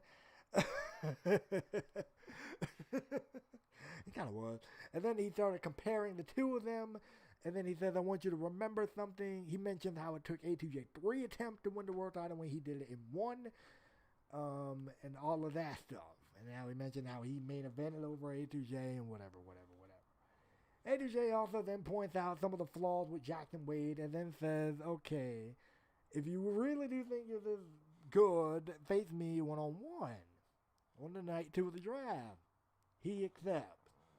So that sets up the match between those 2. They don't attack. They don't hit each other or nothing. They just go away. So it sets up that match. Main event. Dwayne Fraud, Darren Tarleton grudge match. This starts out as a brawl. They brawl some more. Darren tried to end this match pretty quickly. Darren's the main one trying to end this match quickly, while Dwayne is so focused on just wanting to hurt him. That's it. That's really it. Dwayne ended up getting disqualified. Again, he doesn't care about winning this thing. He wants to beat up Darren. Puts him to a table. All of this stuff. Mr. Bloomberg then comes out and puts a stop to everything. Like, everybody stop what you're doing. This night had been absolutely ridiculous. This night had been absolutely out of control. So instead of the general manager making the final pick for the 4th round, I'm going to make it. And so he then proceeded to make the move of Darren and Destry Tarleton to All Out Revolution. Dwayne and Nate Shields, Dwayne Frost and Nate Shields to All Out action. Now, here's why this is such a problem. First, as I already mentioned a while ago in the stream, the bad history between between Dwayne, Nate, and The Ice, pretty much, with the whole New World Nation storyline. Dwayne and Nate are faces now, so it'll smooth over. But yeah, back then, nah, it's real. And then this is also a problem because Destry is the AOA All-Star champion. Noted, I said one of the rules, champions are ineligible to be drafted. So Mr. Bloomberg broke a draft rule, and by doing so, Destry got stripped of the All-Star championship for literally spite. For literal spite. And yes, this is the only reason why this segment was created, to get even more heat on Mr. Bloomberg and his vendetta that he's having against Darren for what he did to him during their unsanctioned match, and for all the ways that Darren has been a problem to him. Simple spite was all that was made for. It wasn't even nothing against Destry or his championship reign, because I actually have some fun stuff planned for Destry as the All-Star champion. But I'm like, let's get some heat. So let's cook. Let's get some heat. So we decided to go with the heat route. And it's going to pay off. And it's going to pay off. And that's how we close out night one. I was impressed. I was okay with the draft pick. I'm not going to say too much about like whether I was okay with it or not with the draft pick, because I double and triple checked that I was cool with everything before I did it. So I felt like I made the right move on the draft pick. Night two. This is where stuff gets crazy. Night two. We have the intro, pyro, blast off again. Let me switch scenes. Hold on. If anyone that's still rocking with me here, thank you guys. Night two. We kick things off again, pretty much how we kicked off the last one. We kicked things off with the draft picks. As mentioned before, night two was round 5 through 6. Where's night 2? Where are they? Oh, here they are. Okay. All Out Action, All Out Revolution gets Monster and Dave. 2 massive picks. If you remember, Dave was literally the world champion about a moment ago. We had Breaking Boundaries. It was literally a moment ago. And Breaking Boundaries, he was the world champion. Now he is, and now we're going to All Out Revolution. And then Monster, a massive player for All Out Action since the very, very, very beginning. The most dominant All Out Action world champion. All of that stuff, a massive move there. All Out Action, in turn, gets RJ Miles and Andre Richardson. So it's a welcome home for Andre Richardson, and then for RJ Miles, again, massive player in All Out Revolution. He was a former All Out Revolution world champion. Solid pick. Probably not on the level of a Monster and a Dave, but it was still a good pick nonetheless, and I'm going to make it work. I can promise you that much. Then we get Destry, who hits the ring and is quite angry about his the fact that he was wrongfully stripped of his championship at night 1. He even displayed on the screen the draft rules that I made with the draft rules video. The champions are ineligible to be drafted. And he wanted an exclamation from Mr. Bloomberg right now. Mr. Bloomberg comes out and basically does not give him an exclamation. He says he did it. Well, he gives him an exclamation, but it's like a half-hearted exclamation. He gives him an exclamation basically saying that, dude, I did what was best for business. I did what was best for All Out Revolution. And I did was immediately best for that All-Star Championship because your reign was pretty lackluster. Note, he did not have the championship long enough to consider it a lackluster reign. But anyway, that's the point. Because he literally won it like a couple episodes prior. Like he won it like, only held it for like 2, 3, 4 or so episodes. That's really about it. So yeah, short All-Star Championship reign for Destry. Anyway, I got planned for the All-Star title. Don't worry. Called it lackluster, then says, okay, I thought you would appreciate this match because if anyone would understand good business, it's you. You seem to be the level-headed one out of the family, but apparently I was wrong. And you're out here being selfish, man. I mean, look what I'm trying to do for you, bro. I'm giving you a chance to team with your brother, to take two guys on who you've had history with, blah, blah, blah, blah, blah, blah, right? Now, no, Destry did mention that he doesn't understand where Darren is coming from with all this, but nonetheless, Darren is his brother, so he had his back regardless. So there you go. However, Mr. Bloomberg says since Destry isn't being grateful, and since he clearly doesn't care about his family, and he's doing all this stuff, then how about you are removed from the matchup tonight, and it is now a handicap match.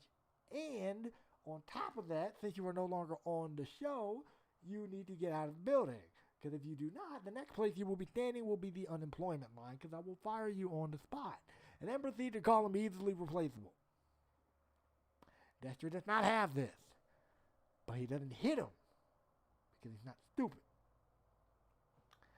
He tells him that he cares about his family so much that he's not breaking every bone in his body right now.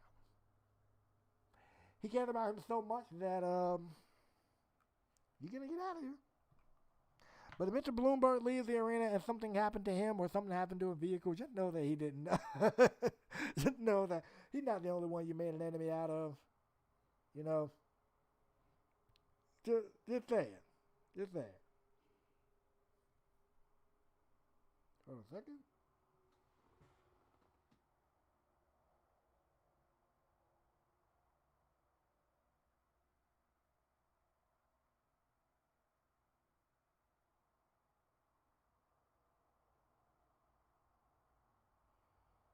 Hold on a minute.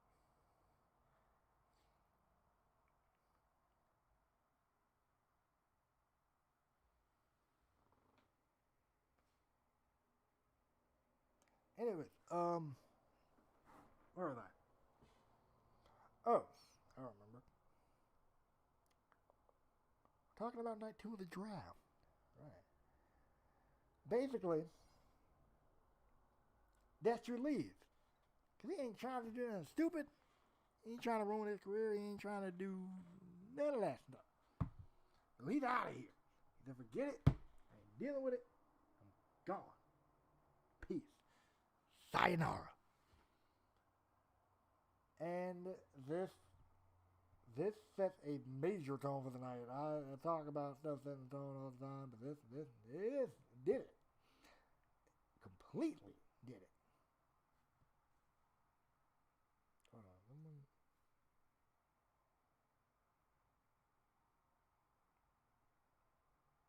Yeah, that's what I'm talking about. Anyways, I just saw something on my social media. That's acknowledge that real fast. All right, here we go. Matchup number 1. WMD versus 2 Squad Up.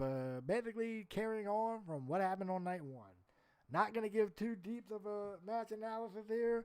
Not going to really go too deep into the match analysis at this point. All I'm going to say,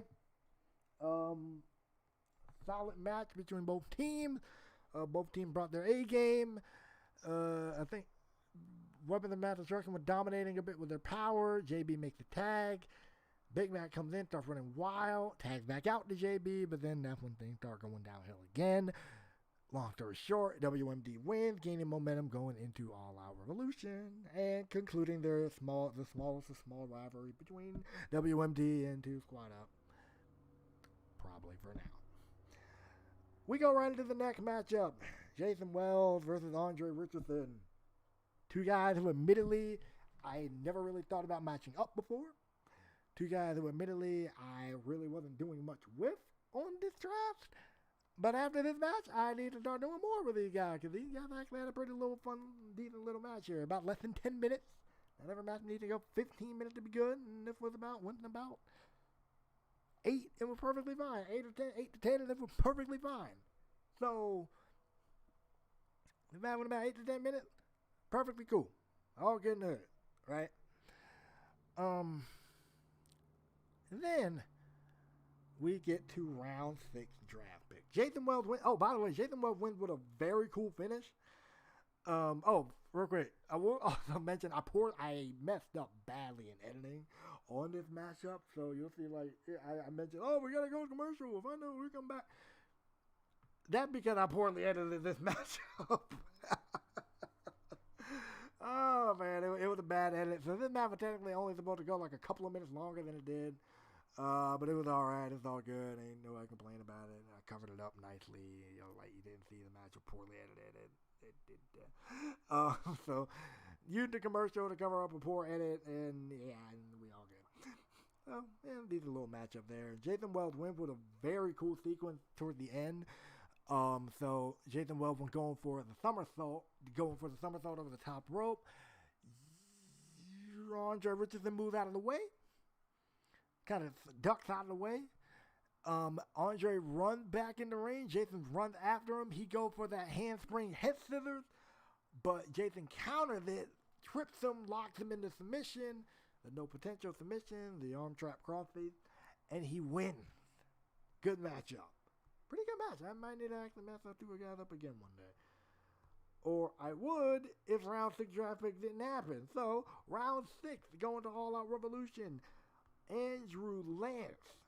Welcome back home to All Out Revolution, my guy. And Jason Wells. Oh, by the way, Jason Wells was with Austin Wallace at ringside, by the way. That part I will mention. Excuse me. I forgot to mention it, but yeah. Austin Wallace is at ringside with Jason Wells. So, going to All Out Revolution once again was Andrew Lance and Jason Wells. Going to All Out Action was, I literally just had to put here we go. Going to All Out Action was Caden Miles and Austin Kazarian. Those two have been paired up on All Out Revolution, and that's how this is switch the scene for them, bringing Austin Kazarian back home and giving Caden Miles a new spot to be, a new place to be in. After this, though, we cut right back to the ring where Austin Wallace then turns on Jason Wells, hits him with a brainbuster, and walks out. So basically, the narrative I was spinning there was, the only reason, Austin Wallace remained, now since Jason Wells is going to All Out Revolution, he doesn't need him anymore. Now, since he's going to All Out Revolution, Austin doesn't consider him a friend anymore, called him a turncoat and all this other stuff. So Austin Wallace doing typical Austin Wallace thing, being a jerk to everybody around him, and this time he turned on his buddy as he gets drafted to All Out Revolution. Ashley Knight. We go to the back. Ashley Knight confronts Angelina about what happened at Breaking Boundaries and basically said, this obsession with me needs to stop. I know I'm drafted to All Out Action, but I'm asking you to stay away. Don't ever approach me again. Angelina did not take too kindly to that, beat her up. And hits her finisher on the floor. The spinning TK on the floor. The sister kiss is what I call it. It was done. And we're gonna continue. And that rivalry will continue. And the rivalry will continue. I love it. Coming up next, noted qualification. Gloria Bath versus Carmen, technically for the final time, because Gloria is the women's champion. She can't be drafted, and Carmen was already drafted. So, to kind of put a final bow on this little rivalry once and for all, hard-hitting match. Stuff got physical. Stuff got violent. There was a nasty cut into the finish. People went to tables, got hit with chairs, steps, kendo sticks. Brutal matchup between these two women. About as good as their Breaking Boundaries match. Maybe a little bit. I actually come to think about it, I enjoy their Breaking Boundaries match a little bit more, but this was still pretty good here. Good matchup. Good spot. Good moment.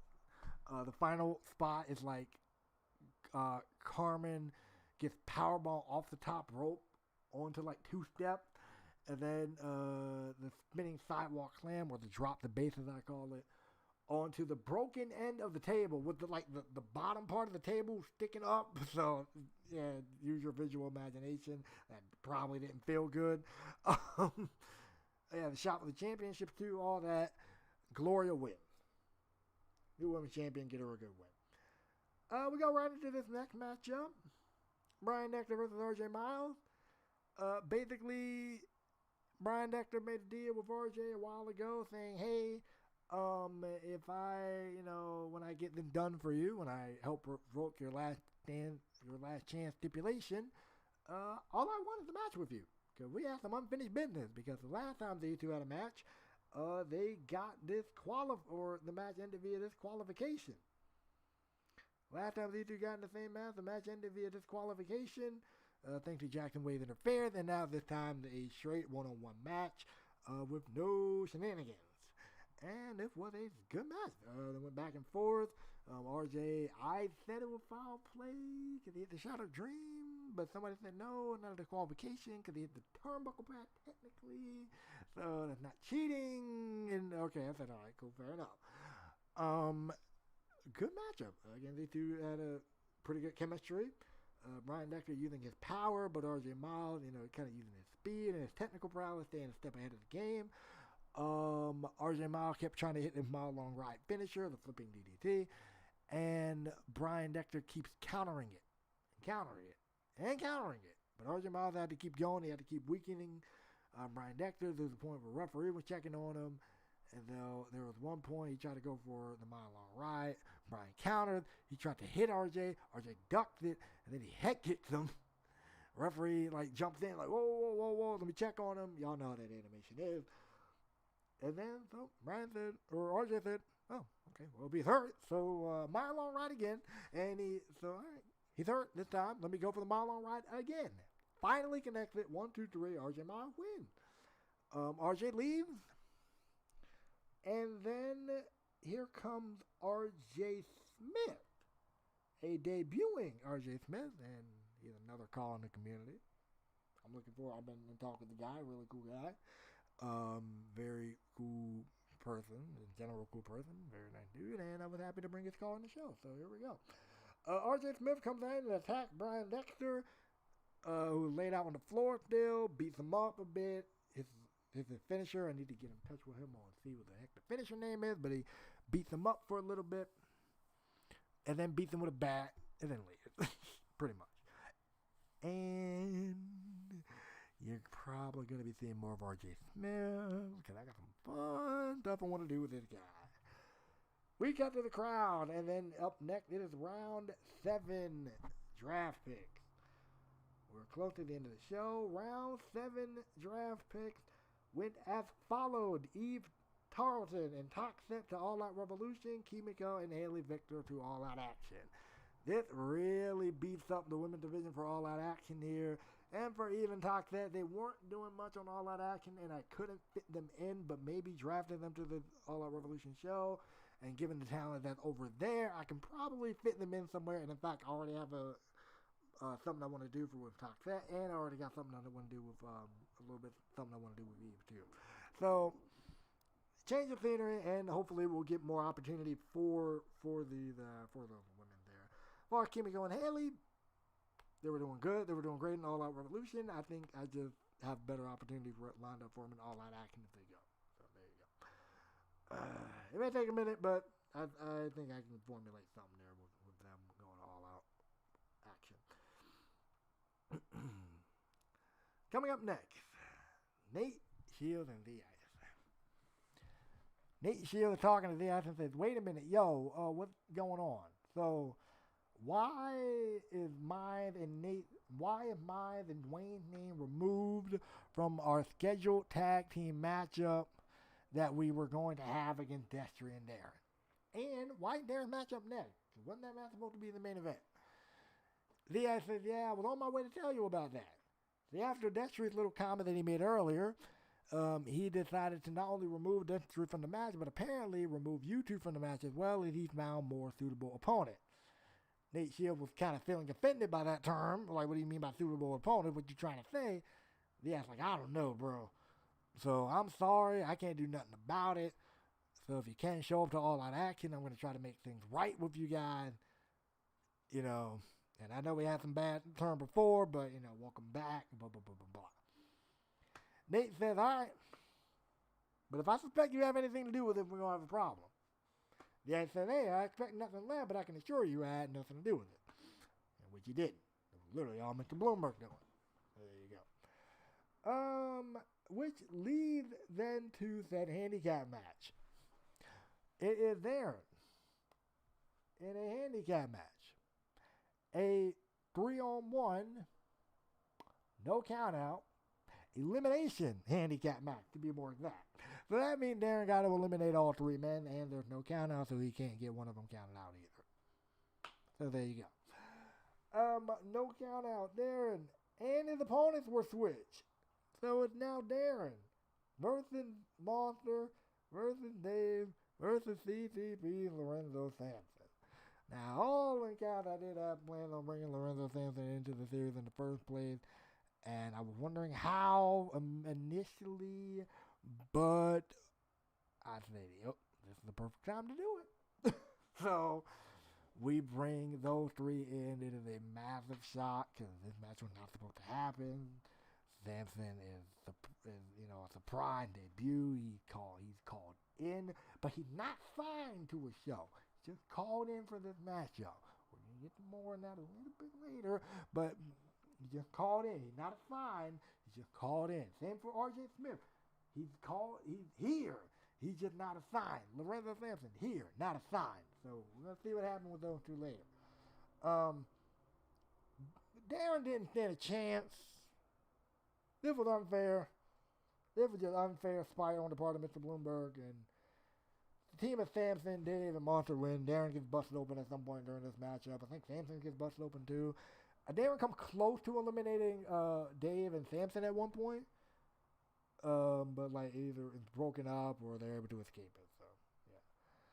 So just Mr. Bloomberg being absolutely spiteful and doing what he did to Darren here. Brought out some fun heel commentary. Brings out some fun biased commentary on my part. So fun moment, cool surprise. It went over well. After the matchup, Sampson and Monster and Dave are all in the ring celebrating. Everything's all well and good. And Sampson, then all of a sudden, Monster turns around and tombstone Dave. And then Sampson bailed out of the ring. He's like, whoa, I don't want whatever's coming next. If there's something coming next, I don't want it. And then he picked Dave up and tombstoned him again. And that leads to something going forward. We're going to get into that. Not right now, but we're going to get it. We're going to see it. It leads to some stuff going forward. Sampson walks away. Or Monster walks away. Sampson gets in the ring looking at him like, oh, she's looking rough, bro. We cut to the crowd again, and then we can go right into our main event here. A2J versus Jackson Wade, champion versus champion. Also, by the way, another reason why I did this card switcheroo here, because I felt champion versus champion was originally co-main eventing, and that like just didn't sit right with me. After a minute, I'm like, wait a minute, champion versus champion, especially with the new world champion and if world champion versus world champion, yeah, come on, main event these guys. So I was gonna do the participant switch anyway, but now since I was gonna do the participant switch, I might as well do the card switch as well, card order switch as well. So participant switch was gonna happen. Card switch was then the next step in the game. So yeah. Anyway, champion versus champion main event, A2J versus Jackson Wade. These two put on a banger of a match. Big man versus small man style matchup here. A2J using his speed to get some offense in. Jackson Wade using his power to keep some offense in. I slowed down. It was slow at the beginning, but then as the match went on, it picks up. And then the finishing moments of this matchup, Jackson Wade setting up for the spear. You see him do it. See him going for the spear. He runs. He gets caught into the Salida del Sol by A2J. Gets caught with like 2 or 3 code breakers. A2J wins. Picking up a huge win. First win as world champion. Jackson Wade still looking strong, of course, because he retained his world title. And just in general, he still looked strong in general. He didn't go down like no punk. He looked good. Then Jackson Wade, being a sore loser, attacked A2J after the match, dragged him up the ramp, beats him up, really puts a hurting on this guy, puts him through the announce table, and leaving A2J in a heap. That's pretty much what happened. And then we get to the final draft pick of the night with round 8. Sean Wright and Mac Wolf going to All Out Revolution. Derek Walker and Omar Baldwin going to All Out Action. I was really debating on the All Out Action piece of it because, there were some guys that I wanted to keep on All Out Revolution. Like, I was originally thinking about moving Evan West and Aaron, but I'm like, nah. They haven't really hit the stride in All Out Revolution like that. I kind of want them to stick around for a minute. And so the last All Out Action round 8 picks. I mean, they're okay. I mean, it's like I mean, they're like two guys who I admittedly I haven't done much with. And again, now with the change of scenery, I may have a better chance. I may feel a bit more inclined to do something with them instead of them just sitting down there in the back of the car the entire time. So that's why they were around 8 picks. That's why they were last. Yeah, it didn't go out with like a bang, but it's something. It's something. Oh no, but actually no, we did go out with a bang on one thing because Mr. Bloomberg then hits the ring again. He's appalled at what he's seen and how the men and women of All Out Action and All Out Revolution should be ashamed of themselves and whatever. Because this is not what we represent. We are not about carnage and mayhem and chaos. We are about decency and order and professional wrestling. And for those that came out here and decided to do professional wrestling, thank you. And for those that wanted to cause chaos and run amok, you should be ashamed of yourself and whatever. But don't worry, because he figured out what the problem was. He figured out the root of the issue. And he promised everybody in the arena and everybody watching on YouTube that he would change the way things operate around here. And he decided to do that in a major way. He decided to do that by firing the Ice and Christina Miller from All Out Revolution, from their position as general manager of All Out Action and All Out Revolution. He fired them both. That's how we close out Action Draft Night 2 with both GMs being fired. Now, Mr. Bloomberg, he is technically the boss of both Christina Miller and the Ice, so he is within his right to do so. He's head executive. He's their boss. He has the right to do that. So he did it. He fired both of them. And that's how we ended the draft night 2. A lot more happened on this night than night 1. But I think that's a good thing. Both nights, I think, did a great job of picking up where Breaking Boundaries left off and picking up where the previous night's draft left off. Or at least in the case of night 2, picked up greatly where night 1 of the draft left off. Which leads me to this. For those that have not seen the videos, Mr. Bloomberg then comes on. I proceeded to have 2 videos of Mr. Bloomberg saying that All Out Revolution and All Out after firing Christina Miller and the Ice from their positions of All Out Action and All Out Revolution general manager respectively, since they are removed from power, he has gained control of all assets related to All Out Action and All Out Revolution. And he decided that All Out Action and All Out Revolution will be no more. However, they will unite under one unit, under one front, under a new wave of professional wrestling, under a new wave of entertainment. That new wave is known as Action Central Wrestling, better known as ACW.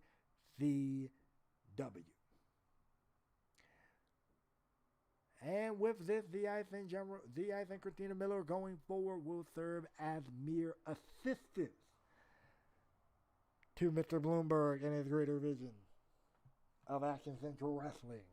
They are going to serve as mere assistants to what he is going to do, or what he wants to do. So yeah. 2 rosters will become one under this Action Central Wrestling banner. However, Mr. Bloomberg does realize how much All Out Action and he realized how much All Out Revolution mean to the fans, so instead of jumping into the change immediately, he's going to resort to this right here. This pay-per-view right here, the end of an era pay-per-view. in which All Out Action and All Out Revolution will be on take center stage for the final time. And on that night, all championships will be unified. All titles will be unified. All titles on the line. And the winner of these matchups, the winner of the match will be crowned the first ever ACW champion. Pretty self-explanatory. This is going to be a 4-week build.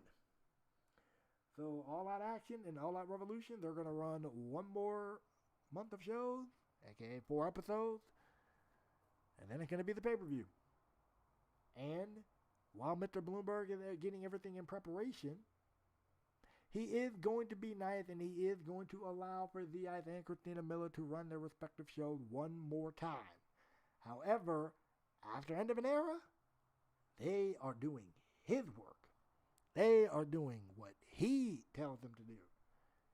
That's how it's going to roll. And that's the future of this channel, ladies and gentlemen.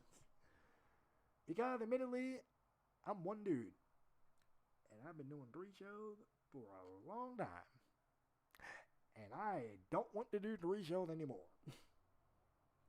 I want to simplify it down. I want to simplify it to 2. And the reason 2, because I know everybody likes the TNA stuff, and I don't want to get rid of that. People are liking it, and I'm liking it too. I don't want to get rid of that. And I know, and the call stuff I know has been a staple of my channel since I started doing this Universe Mode content. So I definitely am not getting rid of that. And so, in fact, my call Universe Mode stuff was the first thing I started doing on this channel. Or one of the first things I started doing when I was doing Universe Mode anyway. So, I didn't want my call stuff to go. And I know y'all like TNA, so I didn't want that to go.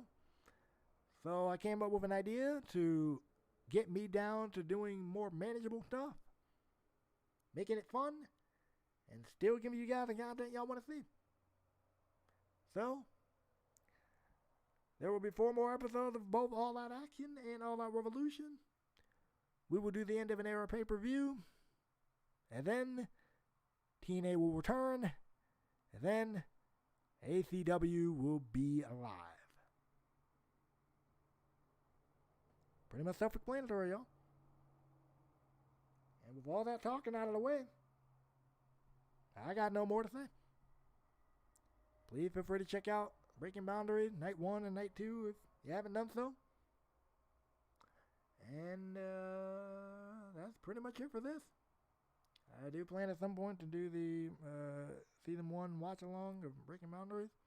At some point. I want to do it. I meant to do it before the show, but I couldn't do it. I didn't have time. Dealing with life and being with family and fun stuff. And anyways, I hope you guys enjoyed me rambling for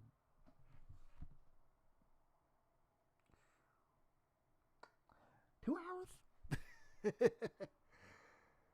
But if you did, cool. If you didn't, what it is. Anyways, hope you all enjoyed. If you can, leave a like, comment, subscribe. Check out the other videos and streams on this channel. Spread the word. Spread the word about this channel. Till the next time I see you guys, be a boss, and I will holla at you guys later. Peace.